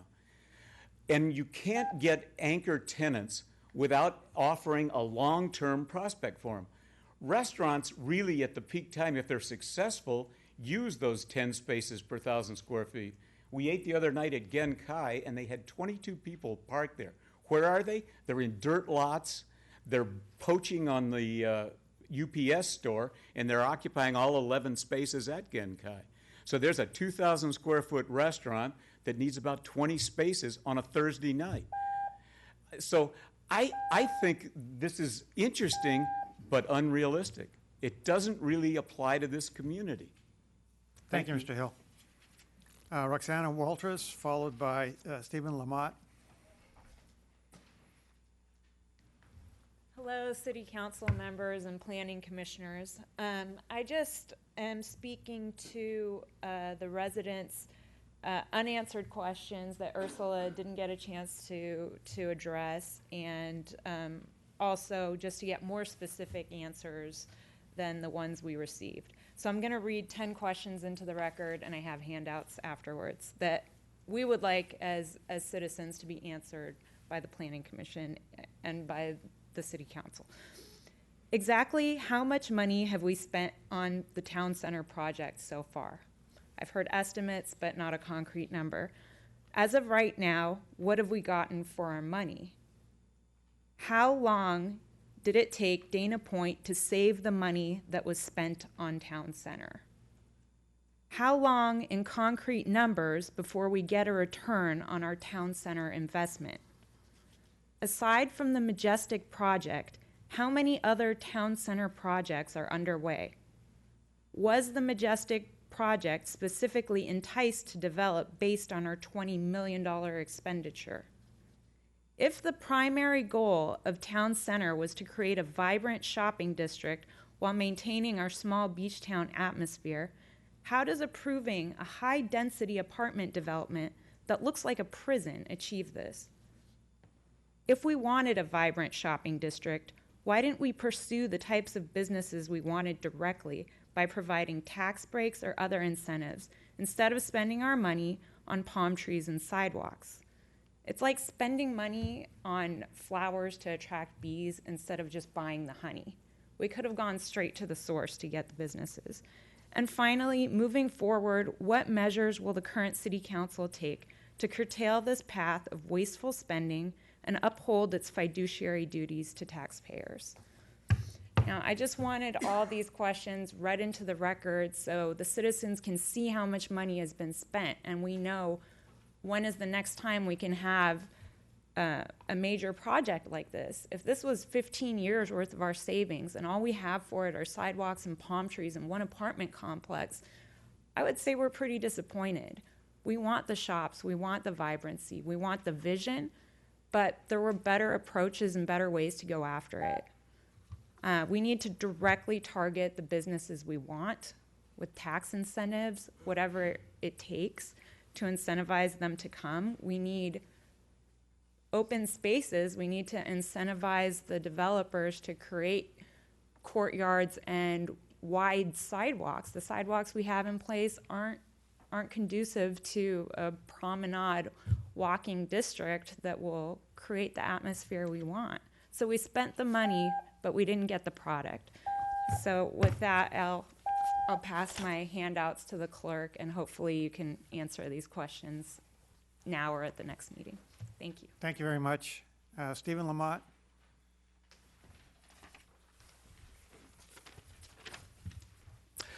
Good evening, Mayor Olvera and council members. My name is Steve Lamont, and I am the Director of Government Affairs for the Building Industry Association of Southern California, Orange County Chapter. And I'm here today to show our support for the city staff's recommendation of the proposed parking amendments for the Dana Point Town Center.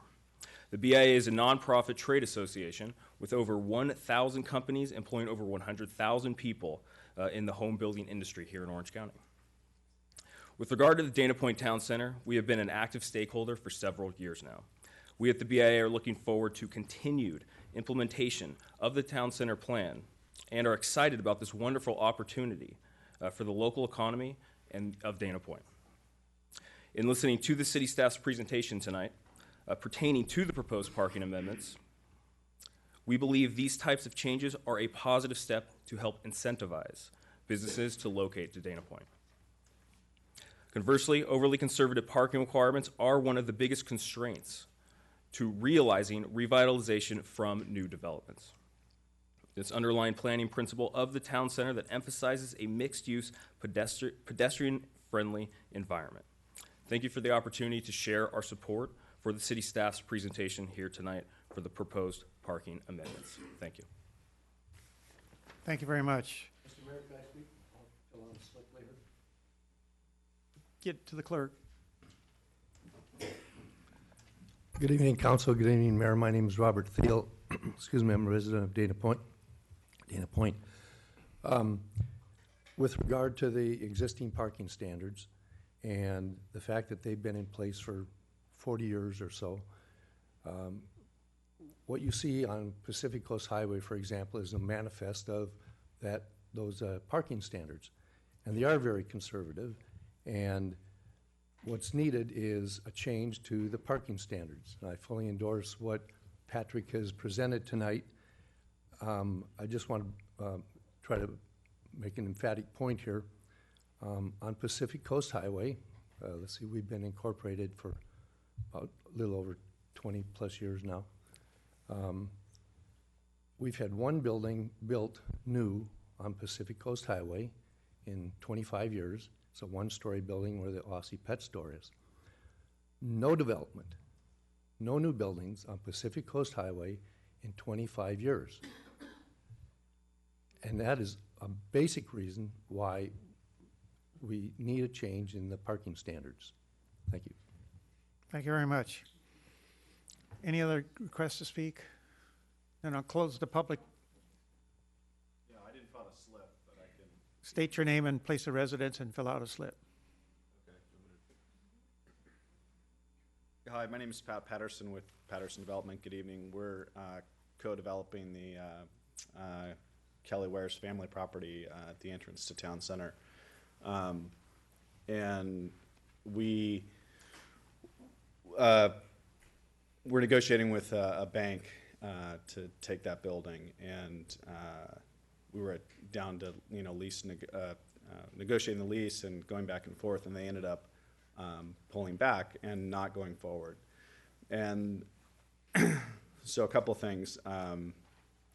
One, the reason that they gave was because their budget for the building, they were going to lease the land from Kelly and I, and they were going to build a building. The reason for them not going forward was because it was too expensive. We don't know if that was exactly what they were saying or if there was another reason, but we put the building back on the market for lease, and the activity's been great. Just in a week, we've had great activity.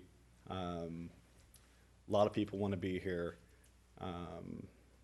So I think everything you guys are doing is good. I think that it's just going to take a little bit of time, and bear with it a little bit, because I think it's coming, and I think it'll go well. That's it. Thank you very much. Any other requests to speak? Last but not least, maybe. State your name and place of residence. Yes, my name is George Ray. I live in Capistrano Beach. I'm representing a land development at Golden Lantern and PCH, the Union Bank building, which we have submitted into the city to redevelop that as a mixed-use project. So hopefully there'll be other things besides the Majestic project that will come in out of the ground soon enough. We're really here to also support the change of zoning. Certainly for the retail, if you can develop adequate parking in a certain central area in that downtown, and you do need parking for restaurants, so they're absolutely correct. They will demand a lot, but they also will basically, as also mentioned, they will correspond to different times with some of the retail tenants that will start to shut down, and the restaurants will pick back up. So we think it's a good idea to change the zoning. I think it will be certainly beneficial for the retail, and I do support the development of general parking lots that can be served within the Lantern District in the central part of it. That will then be in generally walking distance. Certainly, I go to San Clemente, and it's hard to find parking even there, but I'm willing to walk to Nick's sometimes. I like going to Jimmy's because you can have valet parking and park there too. But I do think that you can change the parking zoning is really important. That'll be another step that will fit into your overall plan. Many retailers, Home Depot, used to require 5 per 1,000, and they would have a 500-stall parking lot. They've done their own parking analysis, and their now requirements are 350. So they've recognized the demand for shared parking and their willingness to cut their own parking demands down. Thank you. Thank you very much. Any other requests to speak? Seeing none, then I'll close the public hearing and bring it back to the City Council and the Commission. Any other comments from the commissioners? Commissioner Whitaker. Well, I have a question. Are we commenting on the recommendation? Or are we would you like to hear comments on the Right now, we're recommendation? taking comments, yes. Okay. So some people may not be familiar with my background, but I was a developer for 13 years, and I've managed parking in my experience. And I've read and listened very much to the recommendations. And I'm supportive of going to 2 per 1,000 as an overall parking requirement, because I think it's justified. So I would recommend that the city do that. I guess what I was going to say is that when I think of Town Center, I think of it as a 1920s grid street pattern that was laid on 1960s suburban zoning. And this is, and what you see is that, and it doesn't work very well. And what I see the Town Center plan is going back to kind of restoring the grid street and the parking on the street and the central parking lot. So I'm very supportive of what is being recommended, because I do think you need to change the zoning parking requirements, because this isn't, those are suburban parking requirements. And I think for the town center, that lower parking rate will work, will be a good one. And I think that that getting the development to be more street-oriented, it's a change from what it looks like now, but it, in a sense, it restores what it should have been, how it should have been built. So, I'm supportive of those recommendations on that. And so that's recommendation 1, and the park ones, the lots. The wayfinding signs, I think that's a great idea. For parking that's open to the public, I think it should all be the same sign. And so I don't understand necessarily why someone would need to have a 16 square foot sign. I think it would be good if we had a consistent way, like when someone sees that blue P, that's where they can park. And if a parking lot is private, customer only, don't park here, why have a piece, why have that sign then, so to me, I think let people keep wayfinding very simple. When they see the P, they know they can park there, they follow it. So anyway, that's my suggestion on wayfinding. And then, though I'm not sure about the residential parking at 1 per 1,000 square feet. For some reason, what I know of residential developers is that they have to provide, they're going to have to build the parking that matches the market for that unit, and even if we went to 1 per 1,000 square feet, they may not use that. So for non-residential, I can see the lower rate. And then on the I think 90% we should be monitoring. We don't want to get to the point where people perceive there's a parking problem before we enact something. I would think that we'd shoot for a lower percentage, and that we are ahead of the game, because it takes a while to get things implemented. So I don't know if it's 85%. That's something we can talk about. But and then on the policy 5, a parking benefit district for adjacent residential blocks. I feel like I'm a resident, even I feel like even though I live on Selva Road, that I should be able to park as a resident on Santa Clara Street without paying. And so I think I asked one time, what is a resident? And well, that's just the people that live on Santa Clara Street would be residents. But I think that all of Dana Point should be able to park on Santa Clara Street. So that's, and I have to tell you, when you come to the beach, you park on my street. You park on Selva. And, so my feeling is that if we do put up pay stations, that all residents of Dana Point should be able to get the free parking. So that's my 2 cents on that. Yeah, Mayor Olvera, if I could just respond, I think Commissioner Whitaker brings up some very excellent points, and I think as I reflect back on the last couple of months, and I've seen this from over 25 years in the business or close to it, is the fact that everybody would like to have a parking space right out front. But what's neat about what I saw down in the harbor with Illuminocean was the fact that when you have a spectacular event like that, people are going to walk. They don't care if they have to walk from Ralph's to UP Sports, because it's worth the walk. And, you know, one of the things I found when I was recently in Sausalito, and I purposefully walked up and down Sausalito, and I went to a wonderful restaurant. It was called the Barrel House Tavern. Second floor restaurant. Looked a lot like Jimmy's Famous American Tavern, but on the second floor. And as I sat up there and I looked, I didn't see a public parking lot for at least 75 yards. And I didn't see a lot of lots. I saw maybe one or two valet lots that were located there. So I think if you create the use, exciting things happen and people are willing to walk.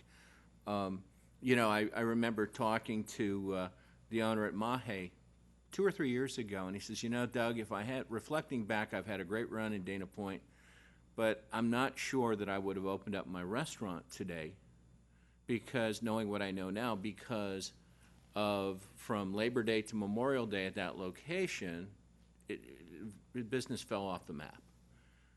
But what happened? Jimmy's Famous American Tavern opened up, and it created a synergy and a buzz.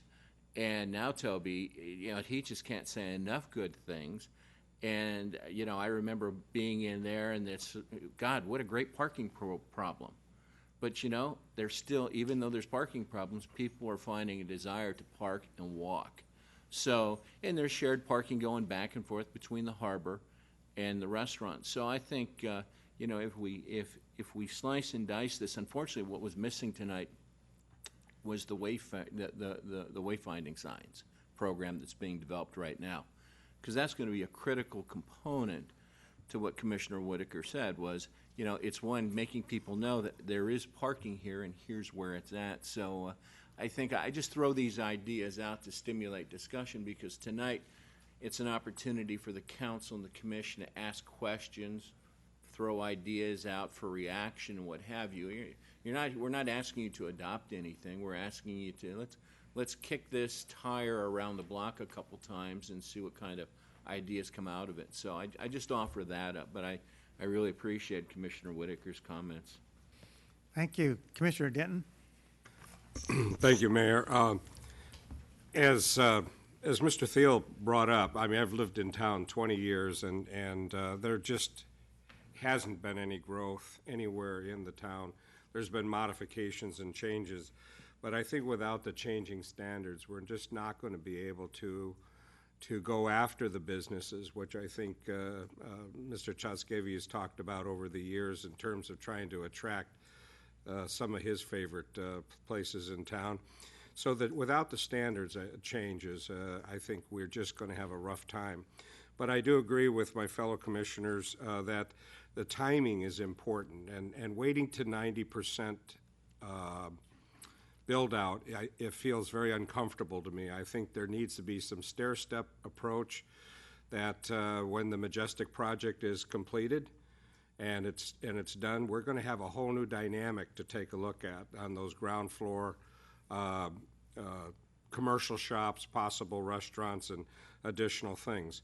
And at that point, I think we need to take a look at the next step and not wait till the end when we have literally no space left to accommodate parking. And so I think there's a timing issue, and I think without the changing of standards for the commission, at least, to take a look at new projects, we see the fence around across from Lux with the green cloth around it. They started to do the earthwork there, but it's come to a stop. So we've got to try to make it feasible for people to come to town and approach when economic development approaches a business to entice them into town. Commissioner Newkirk? I have nothing additional at this time. Thank you. Thank you. Then I'll bring it to the council. Councilman? Yes. If I may, Mr. Mayor, thank you very much. First of all, thank you for the very thorough report. I agree, as a 34-year resident of the town, that we need to revise these parking standards to accommodate what we hope will be the type of development everybody is so excited about coming here. But the parking planning, like any planning, is a dynamic process, and it's a dynamic process that's dependent upon the development that shows up. And the development is a dynamic process that ultimately depends on the type of use that is attracted to the city that can in turn attract our tourists, our residents, our, anybody who's attracted to attractions who would come and do business here. So in studying the parking aspect of this, I think we have to go back and find out what kind of development can we really expect and when can we expect it. So I'm going to start with a question for Ursula, if you don't mind, because I know you have the answer right at your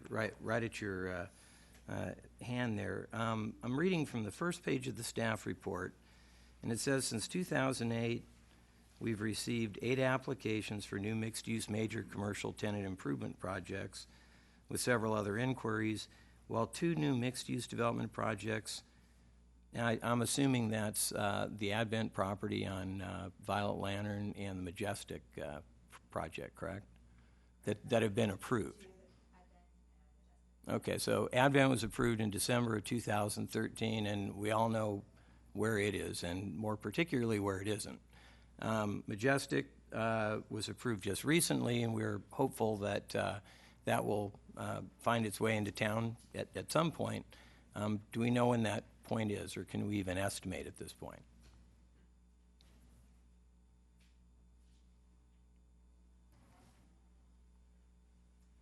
I just don't want Kathy to yell at me as she's trying to put the minutes together.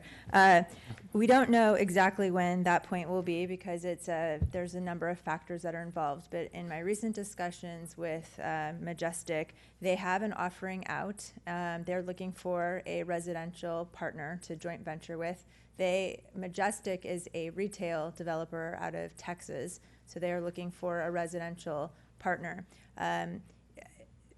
Peggy's mentioned within the next week or so that she'll update me that there are some interests from some other developers. She didn't give any more detail than that. Once they select a partner, they will have to negotiate a deal, an agreement, and once that has concluded, she indicated that they'll start on their working drawings to submit to the city. She didn't see the project being under construction until any earlier than 2016. Okay, so that's the other project, and then what's the commercial retail building? Somehow I think out of this whole mix, we lost the Tavern on the Coast, which is a new building other than the old Aussie Pet building. That's a new building in 25 years, right? I mean, it's a standalone multi-business building. So that was built under the town center standards, as I recall. Is that the Tavern on the Coast building? Yeah. Yes. So was that the one new commercial retail building that's been approved? No, the new commercial retail building that's been approved is the one Pat Patterson talked about, the bank. Right. Correct. That's Okay. been entitled. Okay, so we have a built one. We have a built Tavern on the Coast building. We have an approved Majestic mixed-use building, which is somewhat heavy on the residential side and maybe a little bit lighter on the retail side. We have the Advent project. And what I think is a little ironic in this whole discussion is the one mixed-use building that's been around here since, when was the Meridian building finished? Does anybody know? Anybody?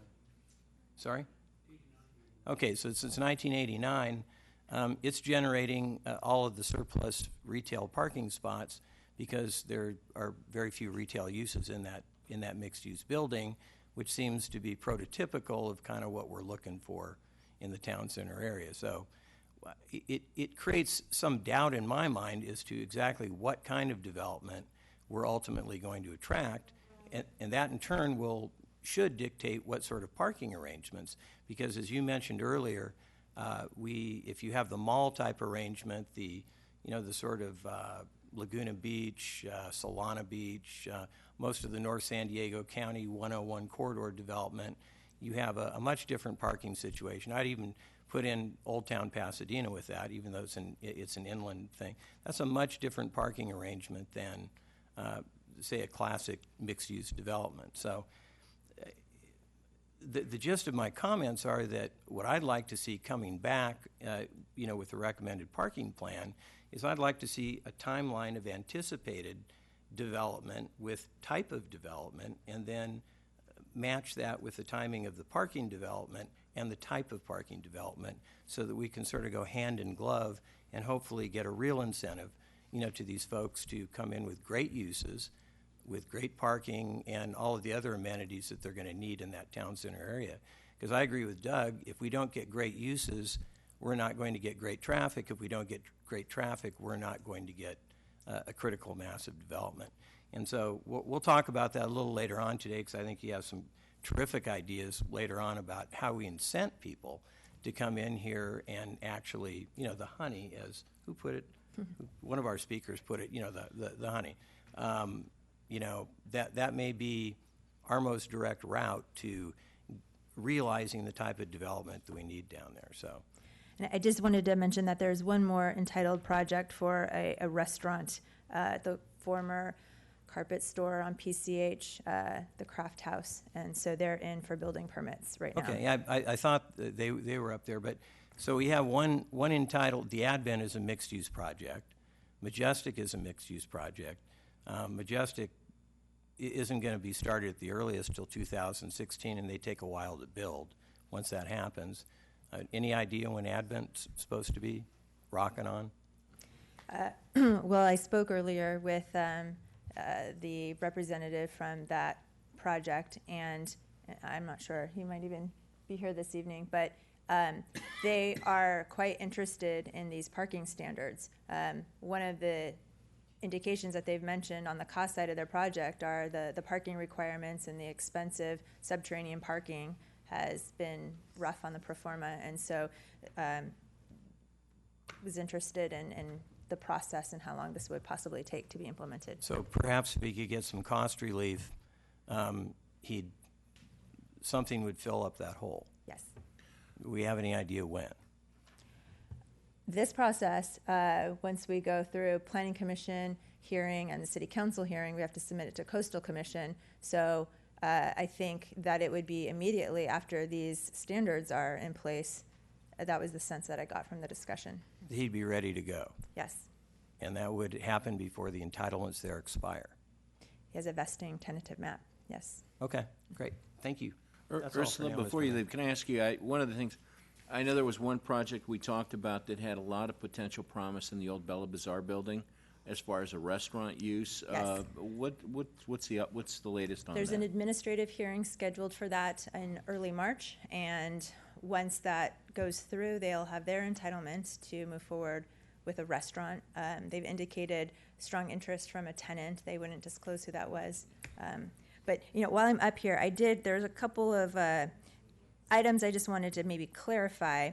And one is that I just wanted to ensure that folks understood that on the residential parking requirement of 1 space per 1,000 square feet of built space, that would be a minimum, meaning that anybody who wanted to build more parking than that would be able to. So if the market dictated more parking, they certainly would be able to do that. Also, I wanted to mention on the monitoring, it wouldn't be, that was monitoring at 90% occupancy, so not 90% build out, and it would also be done on an annual basis. So right now we have the very large surplus, so if we start monitoring on an annual basis, we'd be able to see as that surplus is being eaten up by new development, new projects, and I assure you the intent would be to do something much sooner before it reached 90% occupancy. And then I wanted to address the idea of signage and wayfinding. And I certainly agree, and that is the intent, that we would have a common sign for parking, public parking lots. So whether those are public parking lots that the city were to build at some point in the future, or whether those are leased private parking lots that we convert into public parking, there would be a common sign and a wayfinding system to get people to that public parking. But there will perhaps be a number of private parking lots that we still want people to be able to find that parking as well. And so, I mean, the case in point is the Meridian building today. If we never moved forward with converting that to a shared public parking lot, we still want people to know where that parking is. We want the customers going to there to know that there's parking off behind the alley, that the parking there is there. And so we do, that's why we're recommending the larger signage, illuminated signage, et cetera, even for private parking lots. So thank you. And you know, Mr. Schoflin, for the council's benefit is, I know Ursula and I are really talking about a lot of exciting things that we'd like to do in the coming 12 to 18 months through the budget process as far as economic development and engaging council members to work with us. Because, you know, given the tenuous nature of securing a tenant, as Mr. Peterson alluded to, as far as I knew, the bank was going to ribbon cut in 2 weeks, and then all of a sudden now it's, you know, and with the restaurant at the old Bella Bazaar site, I hear there's a lot of promise there. And at the same time, there's a lot of confidentiality that we don't even know because of the ongoing negotiations and the competitive advantage of, you know, competing interests vying for space. So, you know, there a lot of luck as opposed to being good. But I'm really, really, really encouraged. But I'm really looking forward to working with this council in the next 12 to 18 months as we develop our economic development program, so we can help and work hand in hand with the property owners and the developers to help them lure the type of tenants. Because I can tell you from my experience in my last city, it's very compelling when a developer or property owner can ask a council member to meet with a prospective tenant, and the council member says, we really want you to be in our town. What can we do to help? And so we want to make sure that we have a toolbox approach so that we can work with the council and the development community to get the type of uses so we can have a Jimmy's Famous American Tavern on every corner. Thank you, Mr. Arquez. Councilman Vixoric, any comments? Thank you, Mr. Mayor. I just have a few questions for Mr. Siegman. First of all, thank you for your work on this issue and bringing this to light. I think one of the major takeaways from your presentation obviously was you broke down parking into quantity as well as the management issues. That it appears that we don't have a quantity issue, but we have a management issue here. So I see that you made 5 recommendations, and I'm looking at those. And so my first question really is, are those recommendations meant as a package answer to our parking problem? Can they be broken down one by one to address different issues? What's your view on that? I would say that this is meant to provide a coherent package that really addresses all of the objectives that people laid out at the beginning and gets us to that goal of building a great town center. But on the other hand, if many communities have many different approaches, so these are certainly not the only 5 ways to do it. They're the ways I thought out of all the things I knew about would be the best fit. And I feel like we're trying to balance a number of things carefully. Is okay, how do we make sure we get the Coastal Commission's approval? How do we make sure we protect residents? How do we make it possible to bring in great new businesses and buildings? And so that we're trying to get that balancing act. Okay, and in an effort to keep this at a sort of 30,000-foot level, talking about the kind of the vision of the town center with the continuous storefronts. If I'm looking at simply the first recommendation to utilize the existing parking that we have, how do you see that accomplishing that goal? It does a couple of things. One is, let's suppose you have someone with a small lot where it's very difficult to build any on-site parking at all, where the ramping requirements for underground are very difficult. If you let that person pay the hefty in-lieu fees instead of building their own parking on site, then you can either lease or purchase an existing lot. And there are some surface lots in town that are actually really hidden away that would work very well. And it may be that if you do a purchase, you only want to purchase the back half away from the street. Okay, and I know there were comments about the length of the lease that we might enter into. So I guess it dovetails into the question, is this a permanent solution, or is this only temporary as we move forward? Is this the answer to our parking problems? Do we have something else in the foreseeable future, like a parking structure to replace that? If you could give us your views on that. I would say it is the kind of solution that can work for as long as a property doesn't want to redevelop. But if any building does want to be developed, or if anyone wants to build on a vacant lot, we're definitely recommending that they be required to build new parking.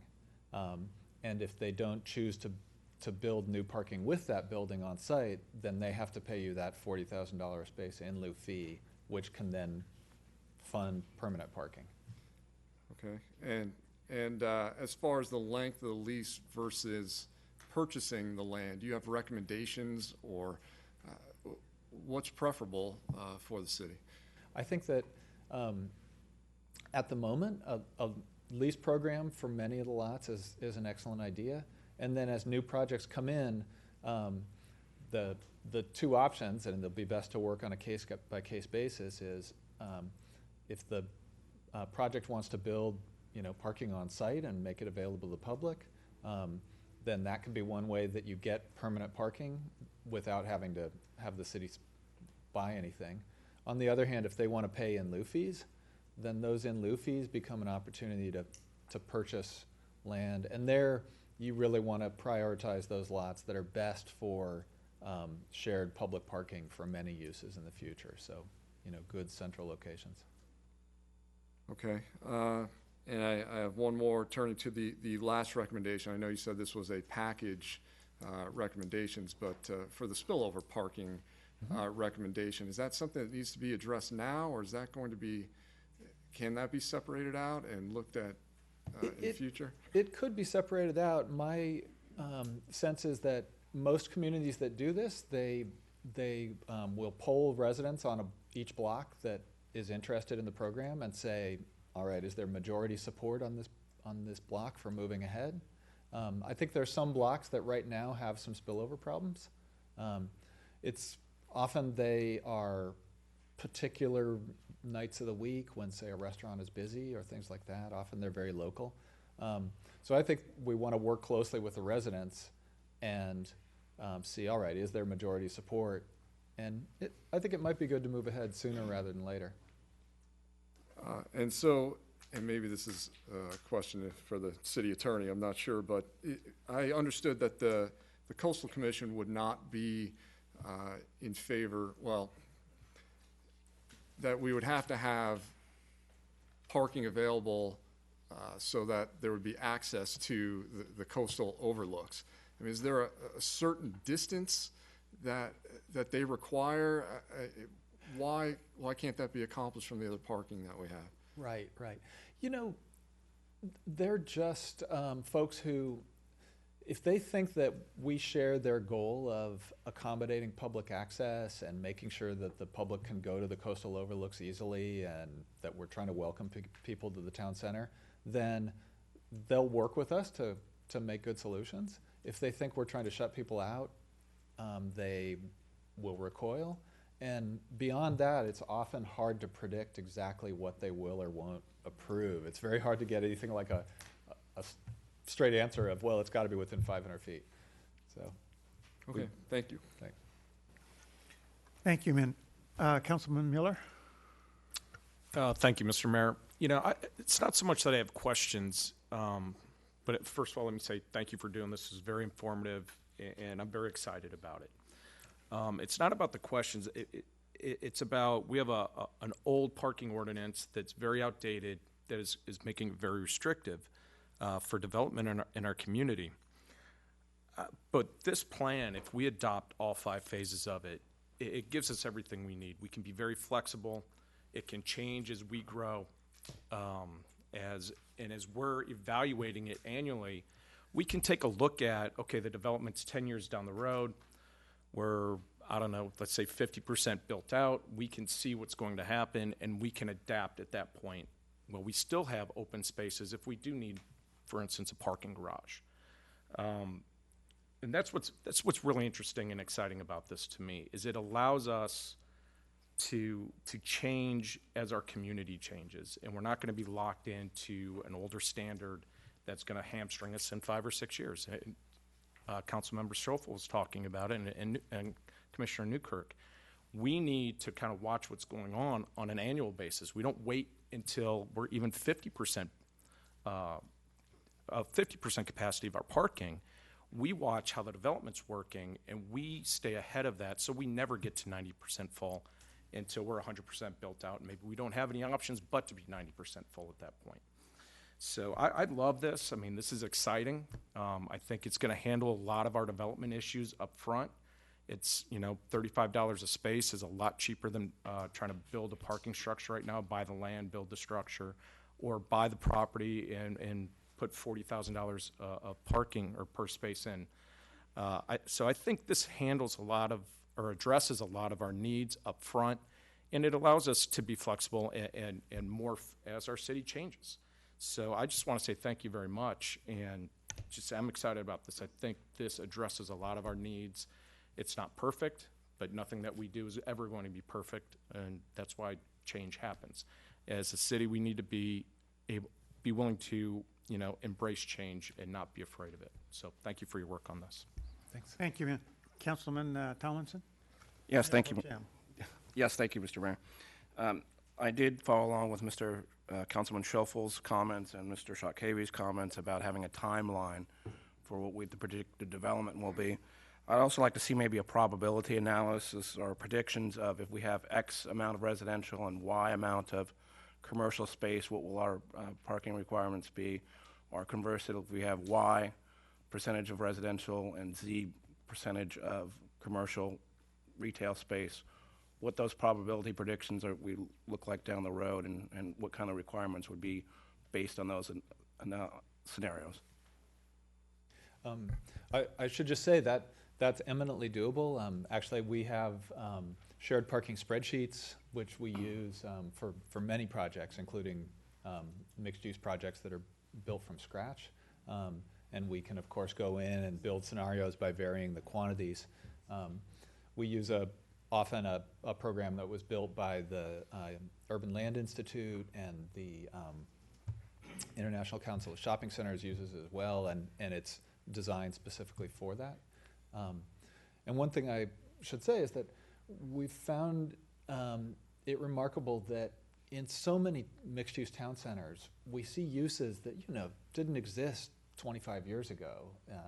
Who was operating a cell phone store 30 years ago? And now, you know, where are the video cassette rental stores? They're gone. So despite that, these places with about this level of parking work well as uses come and go over time. They're really good at flexibly accommodating change. Patrick, just to you know, I think Mr. Tomlinson has been able to, you know, pull together what I think we were talking about earlier. And I think one of the concerns, though, I have is, and anytime I hear the concept of probability, I associate that with risk. And I'm just not in the business of predicting development. I don't want to be. At the same time, I think if you take into account what Mr. Tomlinson has distilled there and create a sensitivity analysis that can become a dynamic model that we can tweak as development and as we get additional information, so that we can, you know, extend it out, move it out, and it sort of helps us and guides us, so we know when to come back and when to start tweaking our parking plan with a little bit better certainty. Sure, we can pull that together. I think that would be a great jumping off point to allow us to start moving forward. Will do. Okay, thank you. I'll continue with my questions, and if I repeat anybody else, it just kind of gives you the feeling of its importance to us. And I guess I'll start with you. I think some of them might go to Ms. Luna Reynosa. We are moving from an old parking standard to a mixed use. So this is new to us. It's new territory for us. How many mixed use parking studies plans has Nelson Nygaard submitted to the Coastal Commission that were approved? Let's see. I personally worked on the Downtown Ventura plan, which was approved. I also worked on the Ventura Harbor specific plan. Let's see, we've worked as well in San Clemente, Newport Beach, San Francisco, Monterey. I would have to dig into the details to see, exactly what the approval status was, but all of those, I believe, were approved by their councils and Coastal Commission and went through. So quite a number. Okay.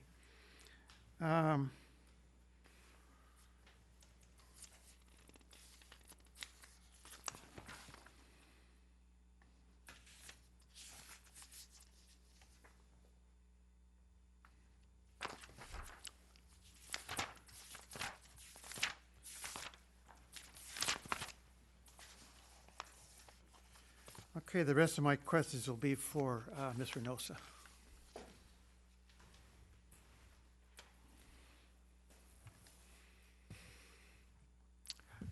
During the discussions we've had in permitting the Majestic property, a lot of the public comments talked about parking, and our town center plan at that point said that there will be a parking study.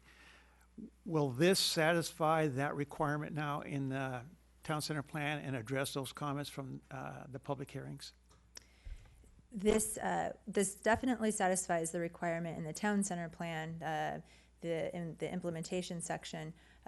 It's difficult for me to know exactly what were in people's minds when they were making those comments that we heard during that period of time, but I believe the Planning Commission agreed that we need to have a plan moving forward relative to parking in town center, and I believe that this is a proposed path and plan forward. So in my estimation, I would say yes, it satisfies those things to the extent that you agree with the plan.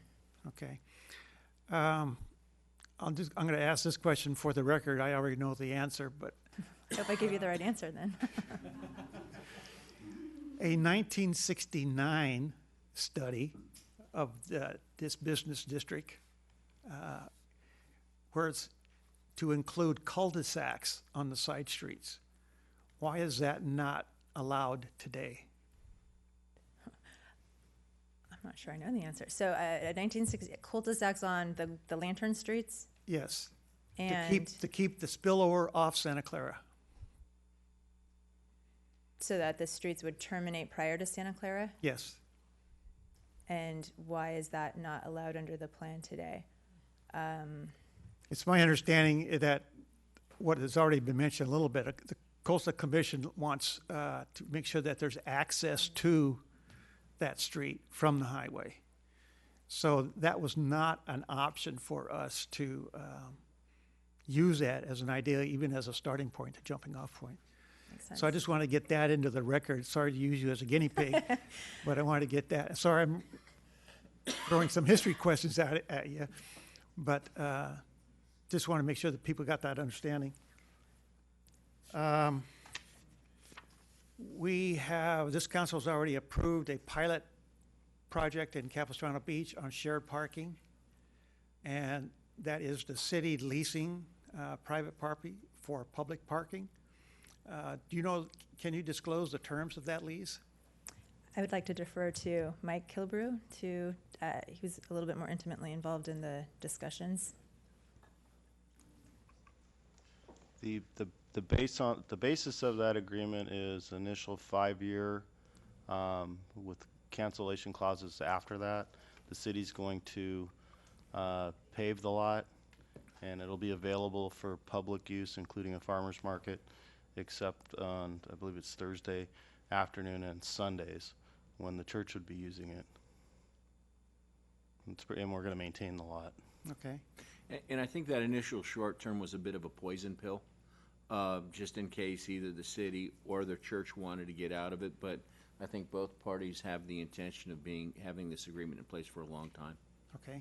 But if I may, Mr. Mayor, on that particular topic, and I know it's been brought up a couple of times about the term of the lease and what's the right term.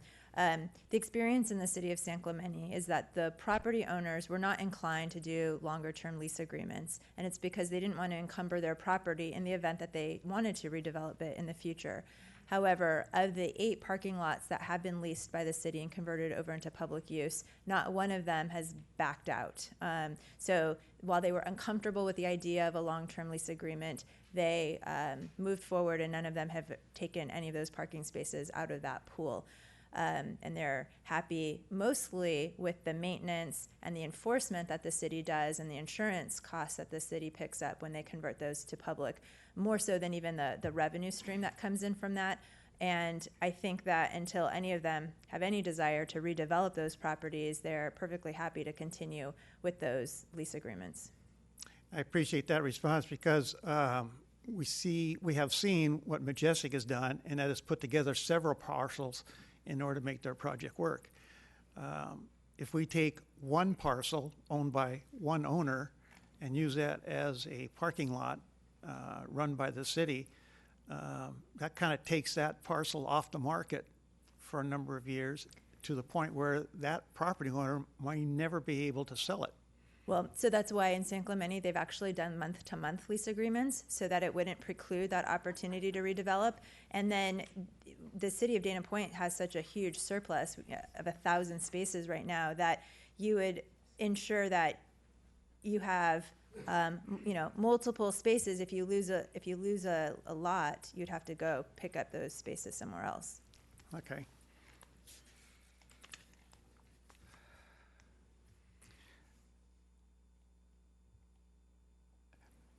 This is going to be an LCPA, which, as you mentioned earlier in my question, we could have subsequent LCPAs. So this isn't a one-shot deal. This can be adjusted as we go along and we see the development if necessary? Well, yes. So there are certain aspects of the parking management that require an LCPA if it's defined as development under the Coastal Act. There are other parts of it that don't necessarily constitute an LCPA, but because they really work best as a package and the town center plan has an implementation section, we'd probably put some of those things into that implementation section. So at the end of the day, it would be part of the amendment. But we certainly, if the 2 per 1,000 parking standard wasn't working, we can amend that in the future to change it. So it is, the document has the ability to be amended, in the future as well. This study session, you're receiving input from the Planning Commission and the City Council. What are the next steps before it goes to the Coastal Commission? We would have a public hearing before the Planning Commission, and as a recommending body, they would make a recommendation to the City Council. We would bring it back to the City Council at a public hearing for a decision, and if approved, then we would submit it to the Coastal Commission. So there's going to be at least 2 opportunities for more public input. Yes.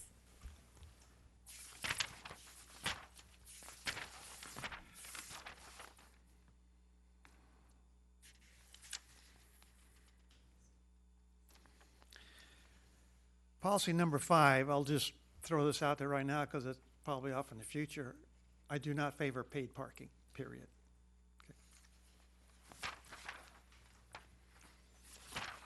And I just, on that point, I want to mention that Santa Clara is not part of the town center boundaries.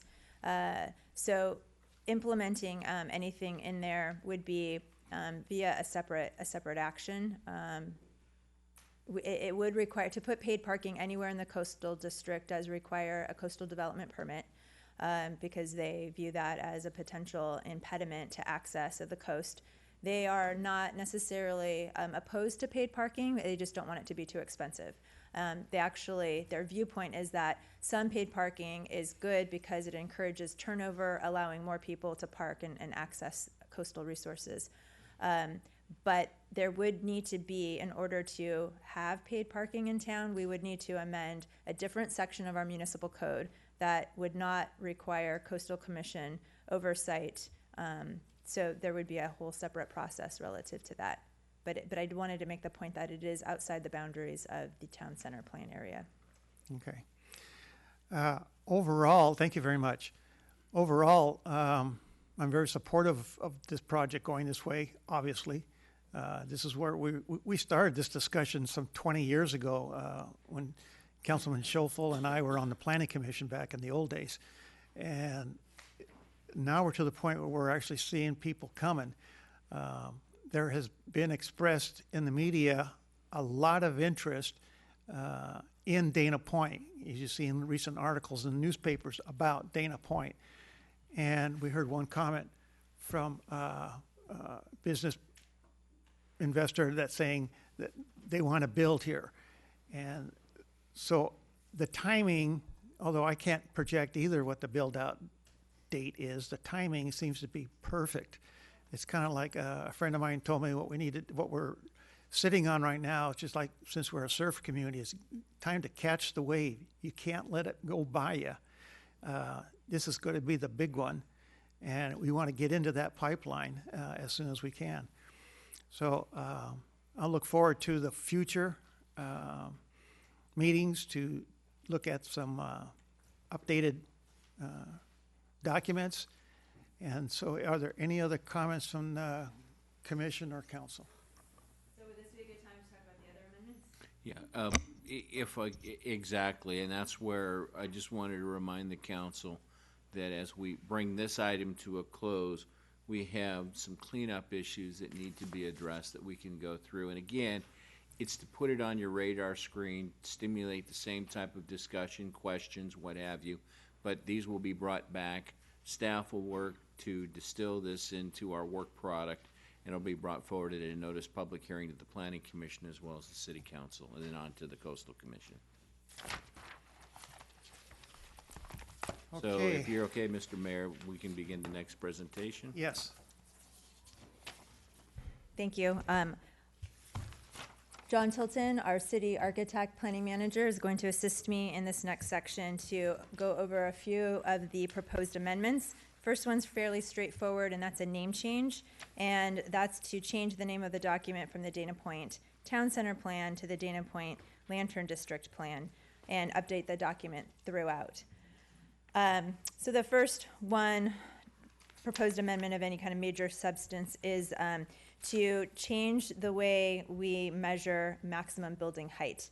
And Mr. Tilton is going to explain this a bit further utilizing this diagram. Thank you, Ursula. Mayor, council members, commissioners, I'm glad I'm standing over here because I was under that blower there. I'm freezing cold. Just as a brief introduction to the council members, my job working for Ursula is managing the planning staff. And basically what we do is we review every single development application, no matter how small or how big, that comes to the city. So we look at it for conformance with all the zoning and planning standards. And one of the documents, obviously, for Town Center really is the Town Center Plan.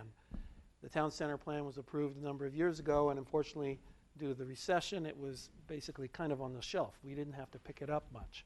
As things have picked up and we've gotten more and more development, now we're really using the document.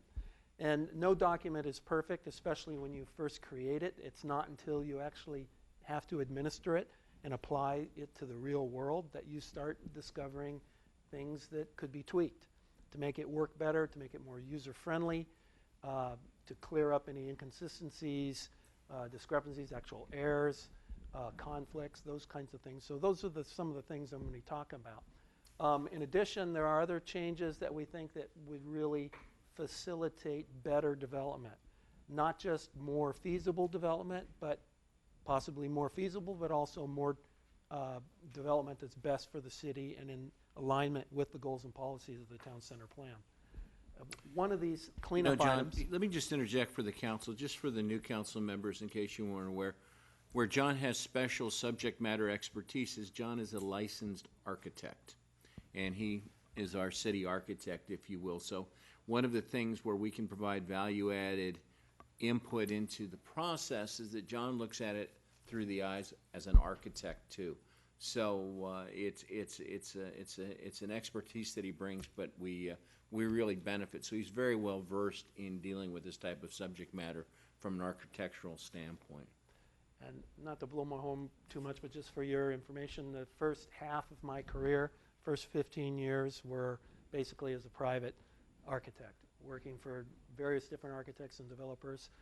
During a downturn, I had an opportunity to work for government, and so I became the zoning administrator for the city of Laguna Beach and administered their design review process. So I'm very familiar with design and development. having come on both, basically on both sides of the counter, so to speak. So I understand developer speak, and as I also understand planner speak and city speak. So, but it's important that you have a document that really works. And over the years, and recently with all these new projects, we see things that, oh my God, well, how are we gonna make that work? It just doesn't quite work. One of these is how to measure building height. Building height was a very hot topic with the subcommittee. It is with any community, is what's an appropriate building height. In this town center, what was ultimately adopted was 40 feet. But then you go 40 feet from where? How do you measure it? Well, the way the plan was developed is it says, okay, you're going to take the midpoint of the sidewalk at the street frontage and measure up from that point. So let's say here's the street, and this is working pretty good.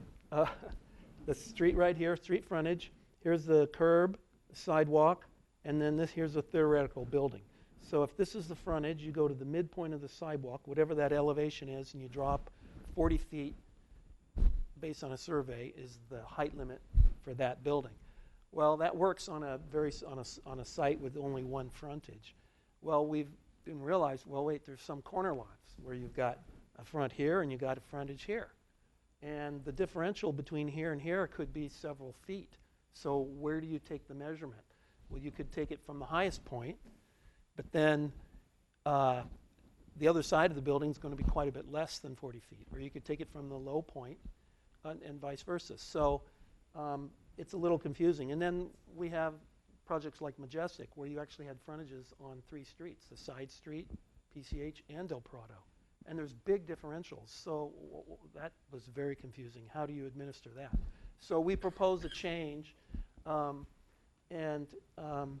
basically, rather than taking it from there, you would take the finished grade of where the building is sit on, and you go to the highest point of that grade and to the lowest point, and then you average those 2 points. So it's basically an average. It'd be a fixed line, an average of the high point of the land to the lowest point of the land, add them together, divide by 2, and add 40 feet, and that would be your height limit. So it's pretty easy to administer. It's very clear. Everybody understands it. So that's one change. And I don't know if anybody would not understand that or object to it. It seems pretty fair. And I want to talk a little bit about in the field. So, for example, the John Chen project, the Advent project on the corner of Violet and Del Prado. You have a situation where the street sidewalk is lower than the alley. And under the current plan, that's how we based how height should be measured. So you have 40 feet from the sidewalk. So the back of the building is actually much shorter than 40 feet. So that's good or bad. But if you go down the alley toward Old Golden Lantern, the situation changes, and the alley is actually lower than the front of the street. So there, still under our current plan, you would be measuring from the sidewalk, from the street, and so you would end up with a building that's much higher than 40 feet in the back on that alley. So the situation that we're proposing, we think, helps create more of a middle ground in those situations that you would measure 40 feet from. So this is a recommended change that we will be bringing forward. So the next one is design of the ground floor building frontage. And John, if you could please explain. All right. If you can try to understand this drawing, this is a building. You're looking at the face of this building from the street. And there is a requirement in order to get really good high-quality retail on the ground floor, high retail restaurant ground floor, you need very tall ceilings. Unfortunately, we talked about the Meridian building. The Meridian building is a true mixed-use building with residential and commercial down below. It's always had trouble with the commercial. Part of the reason for that is a large part of it is not level to the sidewalk. You have to either walk up or you got to walk down. Most of it you have to walk up. That's a discouragement. And also the ceilings are pretty low. It's just not a really good high quality space for restaurant uses or good retail. So hence the requirement that is in the plan for 18 feet from floor to the next floor, for high-quality space. One problem with that is if you have a relatively long building, wide building, and it's on a sloping sidewalk, if you have a minimum, let's say here, because you're required to have your entries level with the sidewalk, you go 18 feet up here, by the time you get down to here where it's stepping down, you'd have 20 feet or more of ceiling height. Now, one of the reasons you say, well, you could break the building up into pieces, but frankly, that's expensive, it's inefficient, and from a mixed-use standpoint, you want your residential all at one level. You've also got ADA accessibility issues, so you can't have a lot of slopes and steps. So what happens is you end up having too high a ceiling over on the other part of it. So we just propose to add some flexibility to that mandatory 18. Maybe you could go to 16, where by the time you get down to here, you'd be at 18. So just to add some flexibility, we're going to explore that a little bit more, but initially we're just thinking maybe a range of that and add some flexibility. Still have the goal of 18, but in cases where it's really difficult, we'd have some flexibility to maybe go down to as little as 16. And so again, we want to really reiterate that this is a fantastic standard. It's really important. I had the benefit of, when I was working up in the Bay Area, to work with a great retail developer and designer, and they pointed specific projects out to me in Emeryville where, one, they did the high ceilings and the right bay depths for the retail, very successful. Right around the corner, a developer wasn't, as familiar with retail development, did the lower ceilings and didn't get the right bay depths, and that retail didn't make it. So it is really important for the success of the retail to create the right environment. So we certainly 100% endorse this standard, but we do have these topographical issues that we just want to be able to have a little bit of flexibility. If you deviate slightly from that, we want to put in place a system that doesn't require a variance. It's a slight deviation, and so we're going to propose some language along those lines to allow that flexibility. So the next item is an incentive to encourage retail form, and John will explain further.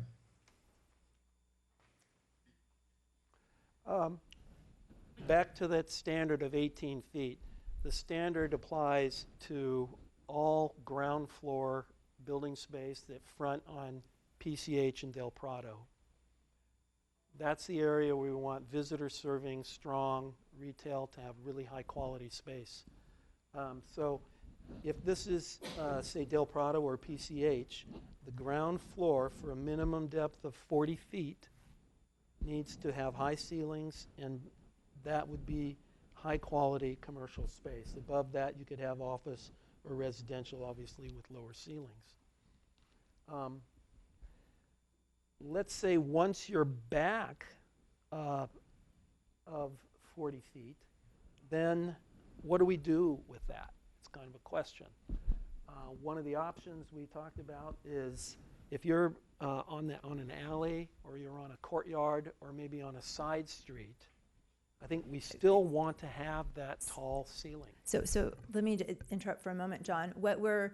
I wanted to mention that this requirement is only on PCH and Del Prado, but it's not on the side streets. So the side streets do not require the minimum 40 feet and the 18-foot floor to floor.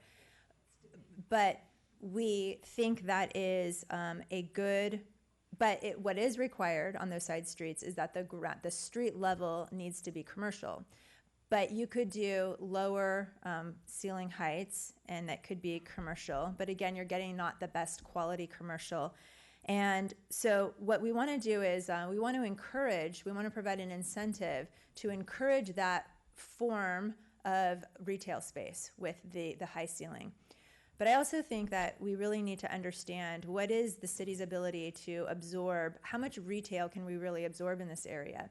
And perhaps, and in fact, in numerous places, and you can drive to them and see them, there's a lot of mixed-use projects that have been built where the retail sits completely vacant because The developer was just more interested in the residential development. They actually ran their pro forma with vacant retail space, knowing that they weren't really going to get it, and they made sure it penciled just on the residential side. We don't want to see that happen here. So we want to be careful that we promote retail, but we also promote retail when the market can support it, when the demand is there for that. And so on these side streets, we want to be able to create a flexible space that can easily be converted into the great retail space that we want in the future. And so we want that form of the high ceilings, but the incentive here would be, so on the side street where the plan currently does not require you to do the 18-foot floor to floor, if you do it anyway, the incentive would be we would allow you to add a mezzanine in to that, which is depicted over there in the image, and we would not count that as a floor. So you could add that mezzanine, and we wouldn't count it as a floor, so that would still be one floor, and then you would have 2 above, still complying with the 40 feet, and be 3 stories, which the plan does say. So this is an incentive that we wanted to throw out for comment and consideration to, again, really promote that retail form. And what it also does is in the future, if and when the retail demand is there for that great retail space, is to, you can go in easily, remove the mezzanine, and then that can be great retail space. But in the time being, just that lower level could be office or could be something other than retail, but still maintain commercial on the street level, which is consistent with the plan. So the next item that... You have a question? Just a quick question. What's on the mezzanine level in that situation? It would be to allow residential on the mezzanine level, and even behind, as long as the first 40 feet are maintained as a commercial space, anything behind that could also be residential. That would be the incentive to get somebody to put in the high 18-foot floor to floor. On the other half there. If you're not fronting PCH or Del Prado. We use that back as, pretend that's a Violet Lantern. Yeah, this could be, let's say, a side street. Okay. So that was it. That was my question. Thanks. What's the impact when that commercial height is 16 feet? Well, again, yeah, if this was 16 feet, you wouldn't have enough room for a mezzanine. Okay. You wouldn't. And generally, what some developers will do, they will lower the floor at that back in order to get the extra height, but still keep this podium level. Now again, on the side streets, the code allows you to just make, if you could do this as a story, second story, third story, but you wouldn't be able to build this. But we think it's preferable to go with and keep the high ceiling there, just for flexibility to be able to expand the retail base if we need to, if it's marketable. So the next item is there would be a series of some text changes for consistency with the streetscape improvements that are actually being installed. So when the document was drafted, it was under the original streetscape design plan, which has been value engineered due to some situations that were discovered during design. And the original plan had much wider sidewalks than what we are ending up with.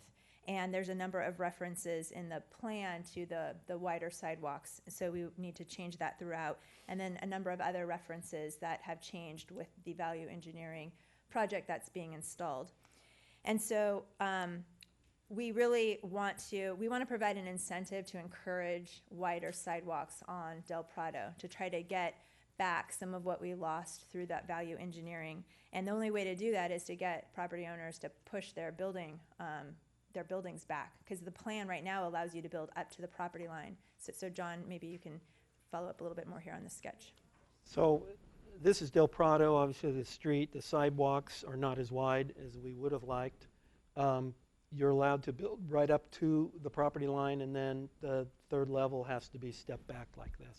But we could add some flexibility here that say if for every foot you push this back, you're allowed to push this forward so that you don't lose any overall square footage. That's one option. Right. Well, they would actually lose more square Well, they footage would here lose a than they're little bit, going to gain. And so in order to make a real incentive, because so right now, just this alone wouldn't really incentivize anybody to do that because they're losing more square footage than they're gaining. But we think this in combination with, for the amount of area that you push your building back, you would calculate the square footage at the ground level, and we would allow you to reduce your common area requirement. So let me talk about those requirements for a quick minute. Every unit is required to have 100 square feet of private space, which is like a balcony or a patio, and they're also required to have 100 square feet of common space. So that's common to the residents of that area. That's private common space. There's actually no requirement in the plan for public space, public plazas. So what we want to do is we actually want to encourage more public plazas. And so we want to allow the plan already does, it encourages likger common private areas by allowing a reduction of up to 50% of the unit. So if you had a 20-unit project, you could take, which would have a requirement of 100 square feet for each unit, and you could take half of that, up to half of that, and add that square footage to your common private area, which would allow a reduction in those private balconies. So you could have some balconies that are 100 square feet, or some of them could be smaller. You could do Juliet balconies, some different things, and you will get a bigger common area, which allows you to break up the building, break up the massing a bit more, get some more light and circulation in. But you don't have to do that at the ground floor. You can do that at the second story, and you don't have to make it accessible to the public. We would like to encourage people to make that accessible to the public, to put it on the ground floor. So we would allow that that reduction, that 50%, to go down to the ground floor, and then we would also reduce from there. We would take a 50% reduction of that common area if they put it on the ground floor, made it open to the public, open to the sky, and then we would further reduce it by the area here if they set their building back, and we would count that increased sidewalk into their public area that they're dedicating. And I think that's a win-win for both the developer and the city, because the developer has more flexibility. They can reduce their requirement for all these relatively large decks and podiums for the residents, when you can increase the public space, the public realm, and make it accessible from the sidewalk.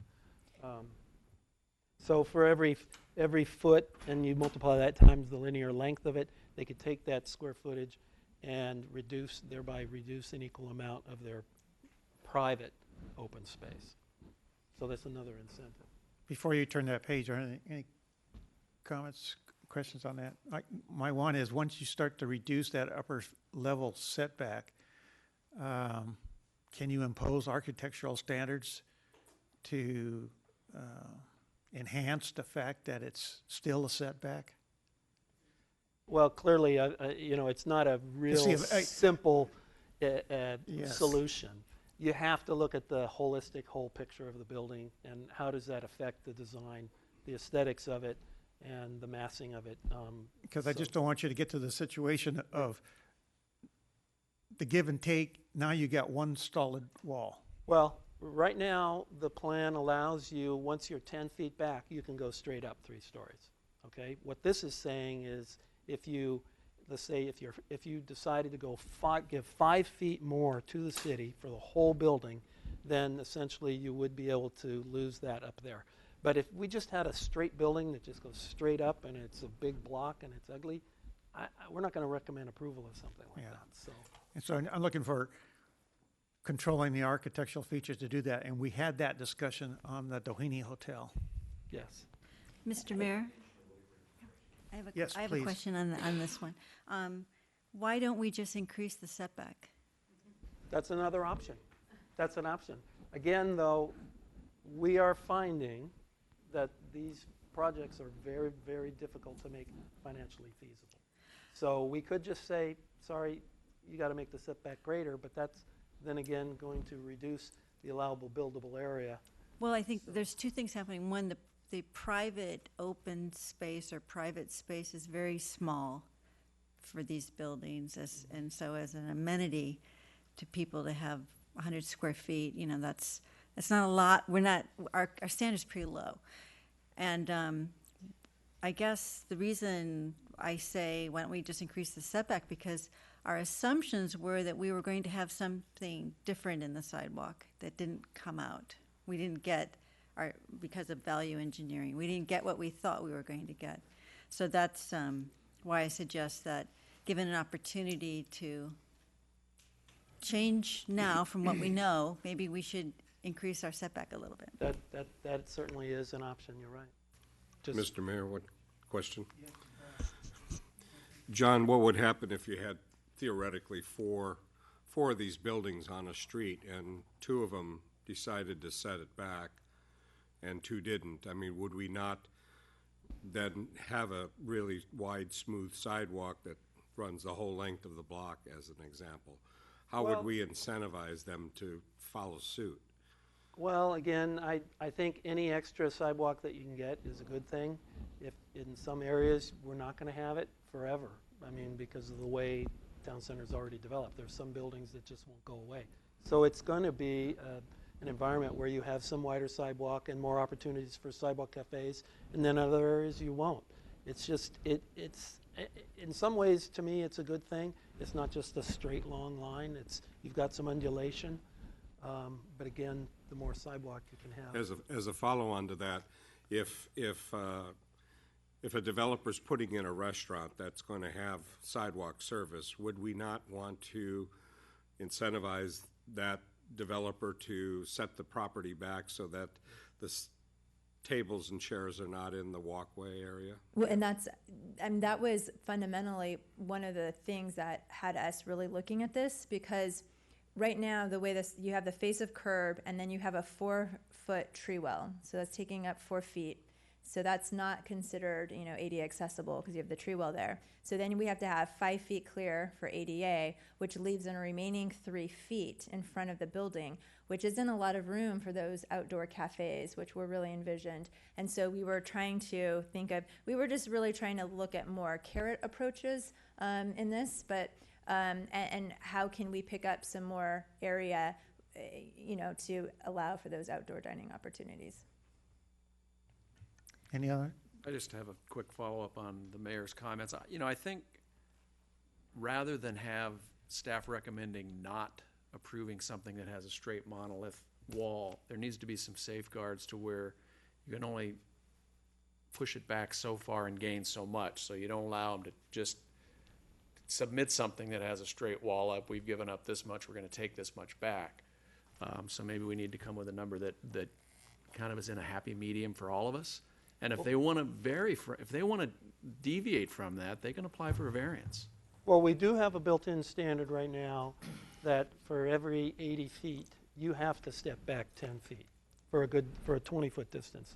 So there is a requirement. Yeah, I'm just saying, rather than saying for every 5 you give us on the sidewalk, you can take 5. We need to have a tipping point to where you say you can't grab more than that. You can take this amount. Beyond that, if you want to do it, it's a variance situation. Just so we don't end up with projects coming to us that you have to recommend to not approve because they've brought a project forward that's a straight wall.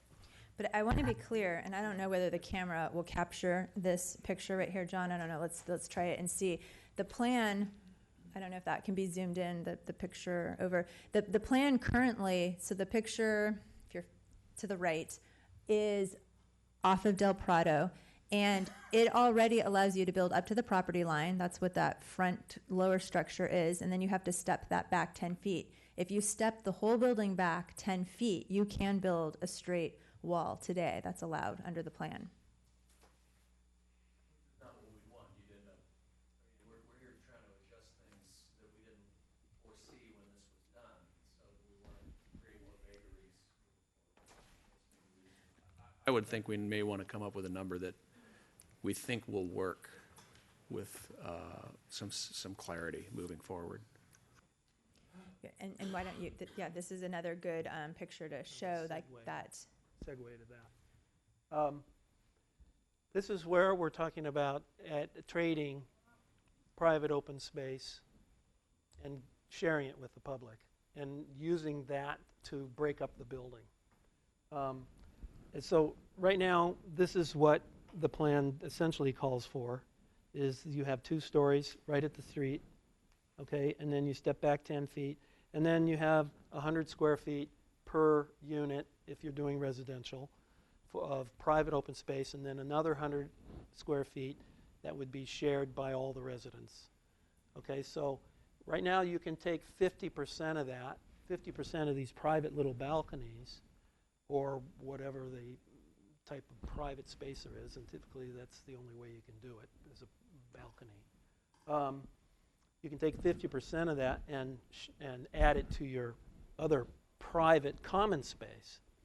What we're suggesting is that you could trade 50% of either if you put it down at the ground floor at a minimum of 500 square feet, would it be minimum to work, and use that and make it accessible and put it at the ground level, and you could do it either by pushing the building back or by creating paseos and courtyards. So that's, we think that's a good incentive. John, you know, for the sake of moving this along, why don't we take the comments we have, let's have some more discussion at the staff level, and then as we bring it back, you know, we can internalize this. But I think we have a pretty good sense of what the sentiments are. Okay, so I'll go quickly through a few of these others. So one is we want to prohibit roof decks from counting toward common space.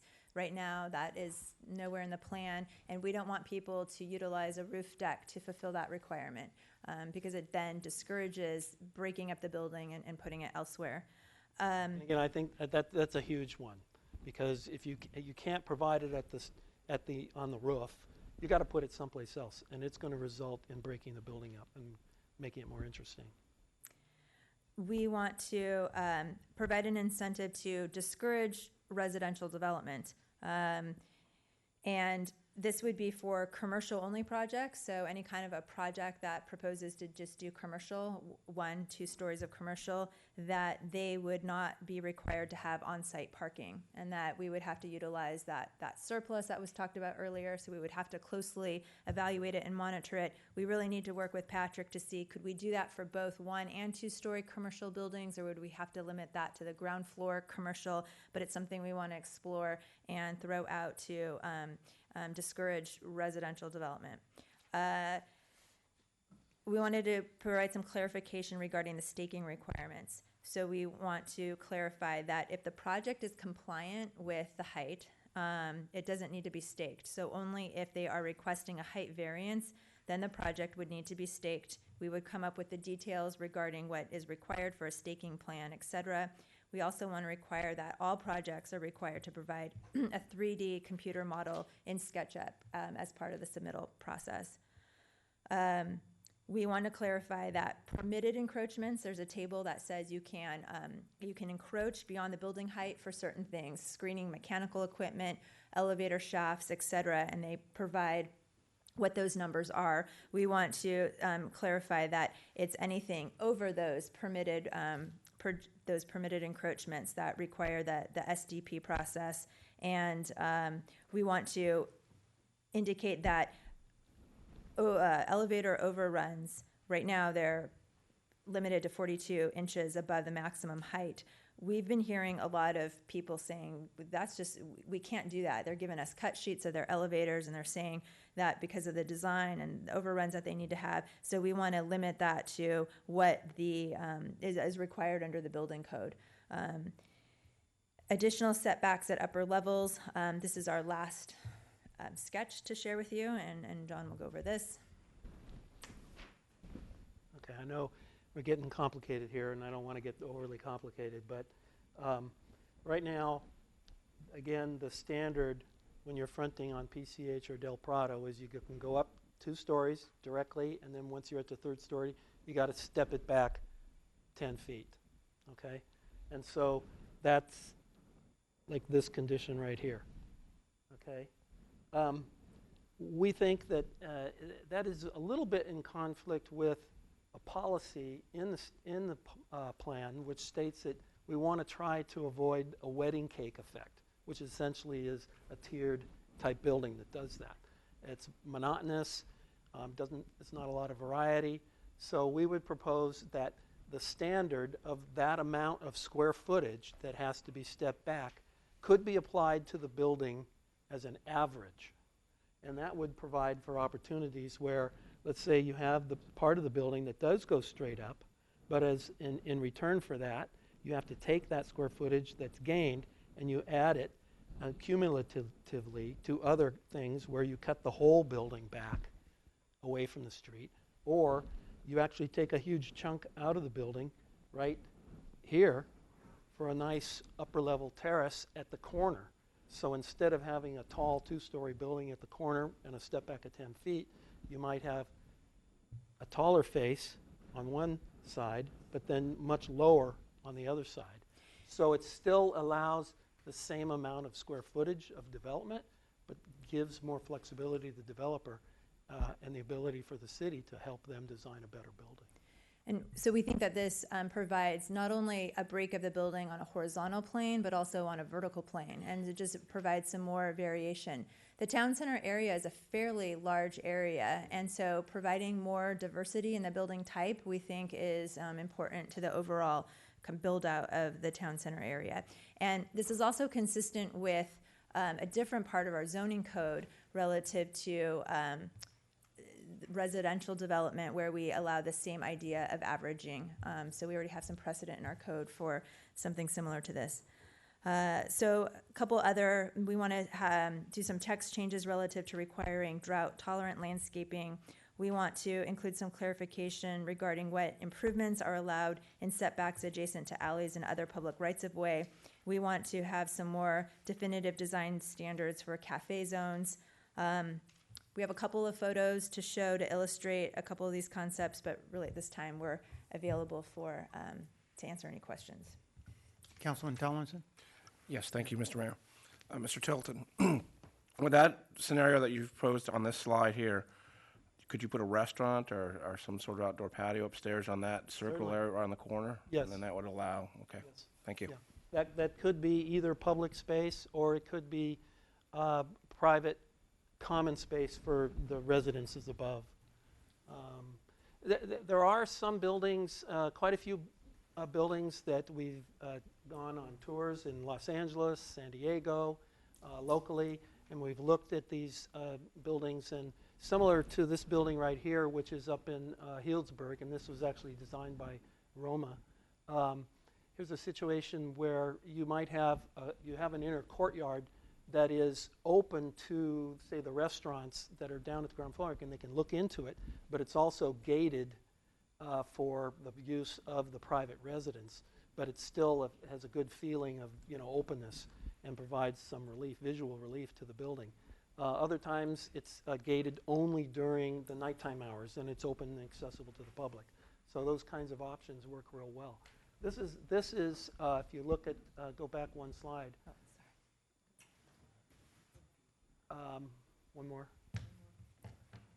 Okay, you can see in this case, on the right, you've got 3 stories directly above, and you've got Juliet balconies for each of these units. And in this case, this is a hotel, but in return for that, there's a really nice courtyard that is open to the sidewalk that opens up into there. So that's kind of the concept we were talking about earlier.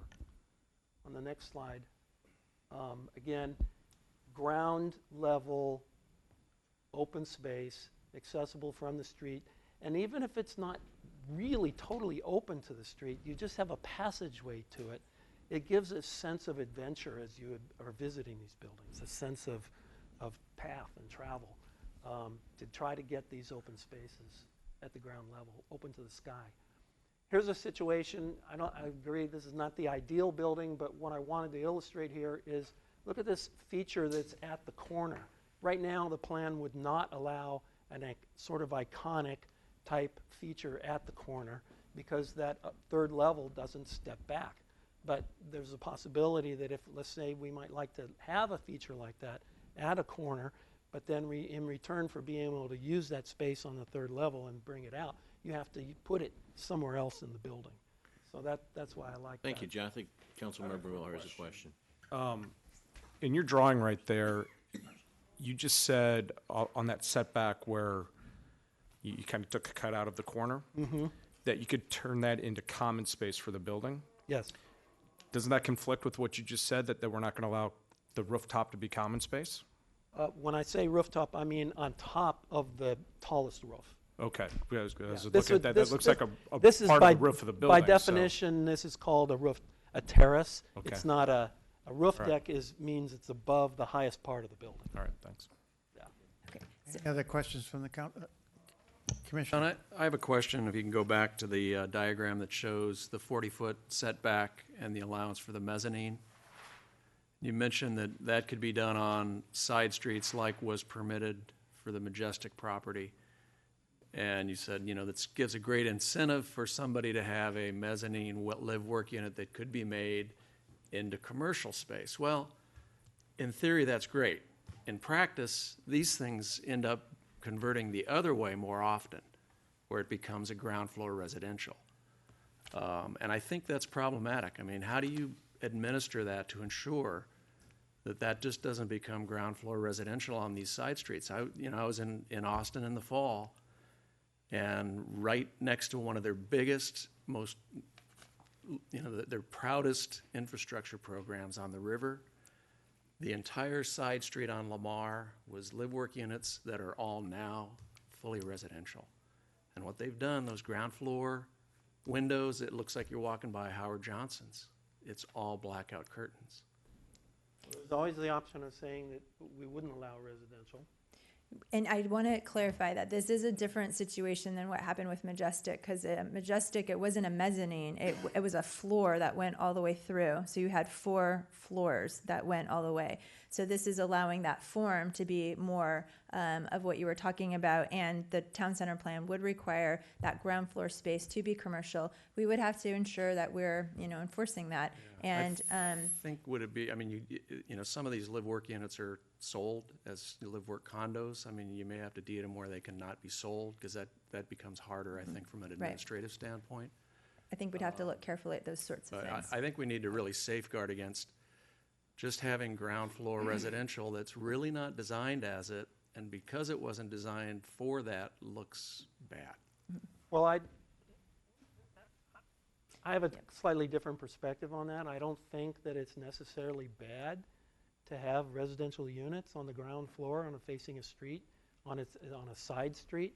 I've seen many cities where that occurs, and it's actually could be a pretty vital type use. I think what's important, though, is that you do have the high storefront, and when you're looking at the building, it doesn't look like a 4-story building. It looks like a tall frontage, just like the other sides.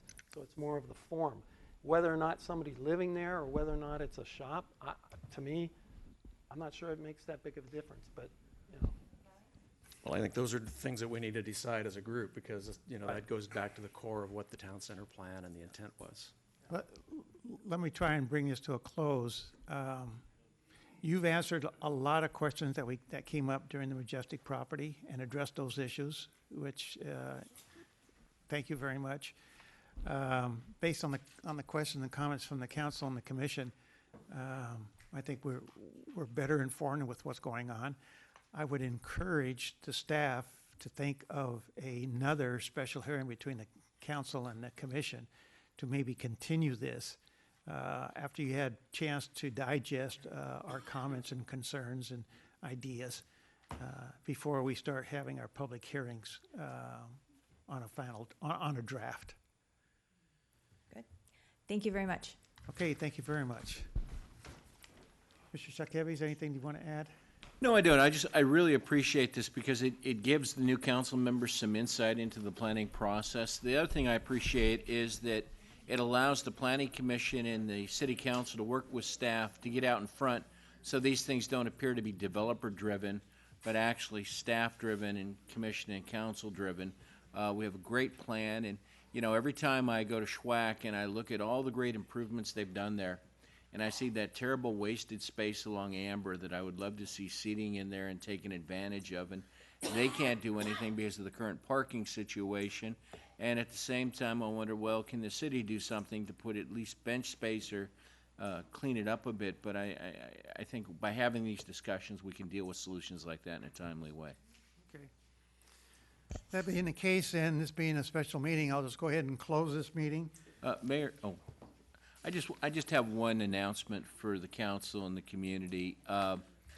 We were saddened today to learn of a friend's death. Sergeant Major, retired USMC Reserve, Matt Johnson was a motor officer here for many years, and Matt lost his battle to cancer today. I have to tell you, I've never seen a braver fight against cancer, and he dealt with cancer with dignity on his terms, but also with a smile on his face. And anybody who's known Matt knows that he always served the community and his country with a smile on his face. So it's with a heavy heart, but I know Matt's in a better place right now, and I just wanted to mention that for the community and the council. Thank you. Councilman Miller? Thank you, Mayor Olvera. You know, we're talking a lot about Town Center right now and turning it into the Lanner, or changing the name to Lanner District ultimately. And one of the things I've been thinking about since I was elected is if we're going to promote shopping and restaurants and trying to create a more vibrant downtown, especially in the evenings, I think, you know, I would like to ask staff, and I think it's important that we start developing guidelines on what the expectations are going to be for outside dining, live entertainment, whatever our guidelines happen to be for what we can expect downtown, just to let developers know what the city is going to will accept, let the new residents know, let the existing residents know. You know, this is what we're trying to create down here. These are the hours of operation that we're gonna allow as a city, and just set the expectations so there aren't any surprises when people come in and start asking why can't our bars and restaurants be up until 2 a.m. Or maybe they can, I don't know. But I'd like to ask staff to start working with other coastal communities and find out how they handle these issues, and come back and let us know, you know, kind of what's going on and what we can expect and what we should put forward to let current residents and future developers and business owners know what the city's going to allow. That's an excellent comment, and we've done a lot of good work along those lines. At the same time, we want to make sure that the people who come in realize we don't want to turn it into a frat row or you know, a no-holds-bar zone, so that it's a tasteful experience on a Dana Point scale. So we'll be happy to do that and bring that back for discussion. Okay. Councilman Tomlinson? Any others? Councilman Victoric. Yes, thank you, Mr. Mayor. Just to follow up on what Councilman Miller was saying, I think I would phrase it in terms of we need to make sure we adhere to the rule of law. And what I mean by that is I heard one of the answers that gave me a little pause when the question was asked, you know, what if we start setting back this much from the street and the upper level comes out and then we've got a flat building? And the answer was, well, we don't like that, so we won't approve it. One of the points is we need to give the developers some certainty as to what's going on. So if their projects fit with the rules that we provide for them, the project's going to get approved. So my direction would be to not look for ways out. If we're going to do that, and that's one of the proposals, we need to make sure that we come up with a rule that we can apply evenly to all the developers and not simply look for a way out. That's all I have. Thank you. Councilman Schoeffel. Briefly, I agree with Mr. Miller and Mr. Victoric. I would say evenly, thoughtfully, and consistently. Give us those development guidelines to chew on. You get public input, and more particularly, get best practices and great user input on that, because the greatest uses tend to follow the greatest guidelines, and I'm not sure that we've even stepped into that arena yet. I would really prefer to start heading in that direction, even if it means we spend a little money, we spend a little more time, so that we can know what's going to work on the basis of track record as opposed to a shot in the dark. I think we need a better direction in that area, and I would really encourage that. Commissioners, any other closing comments? Commissioner I Newkirk? just have a quick comment, plug for the Dana Hills baseball team. Their big fundraiser of the year is their Golf Classic and Casino Night. It's going to be Friday, March 13th at Arroyo Trabuco Golf Course. Shotgun golf at noon, band, casino night that evening with dinner. All the information can be found on the team website. It's danahillsbaseball.com. Thank you. Any other closing comments? In that case, I'm going to close this session of the joint session of the Planning Commission and the City Council in memory of Matt Johnson, who has passed away. And our next regular meeting of the City Council will be on March the 3rd, 2015 at 5 o'clock in the City Council chambers. Meeting adjourned.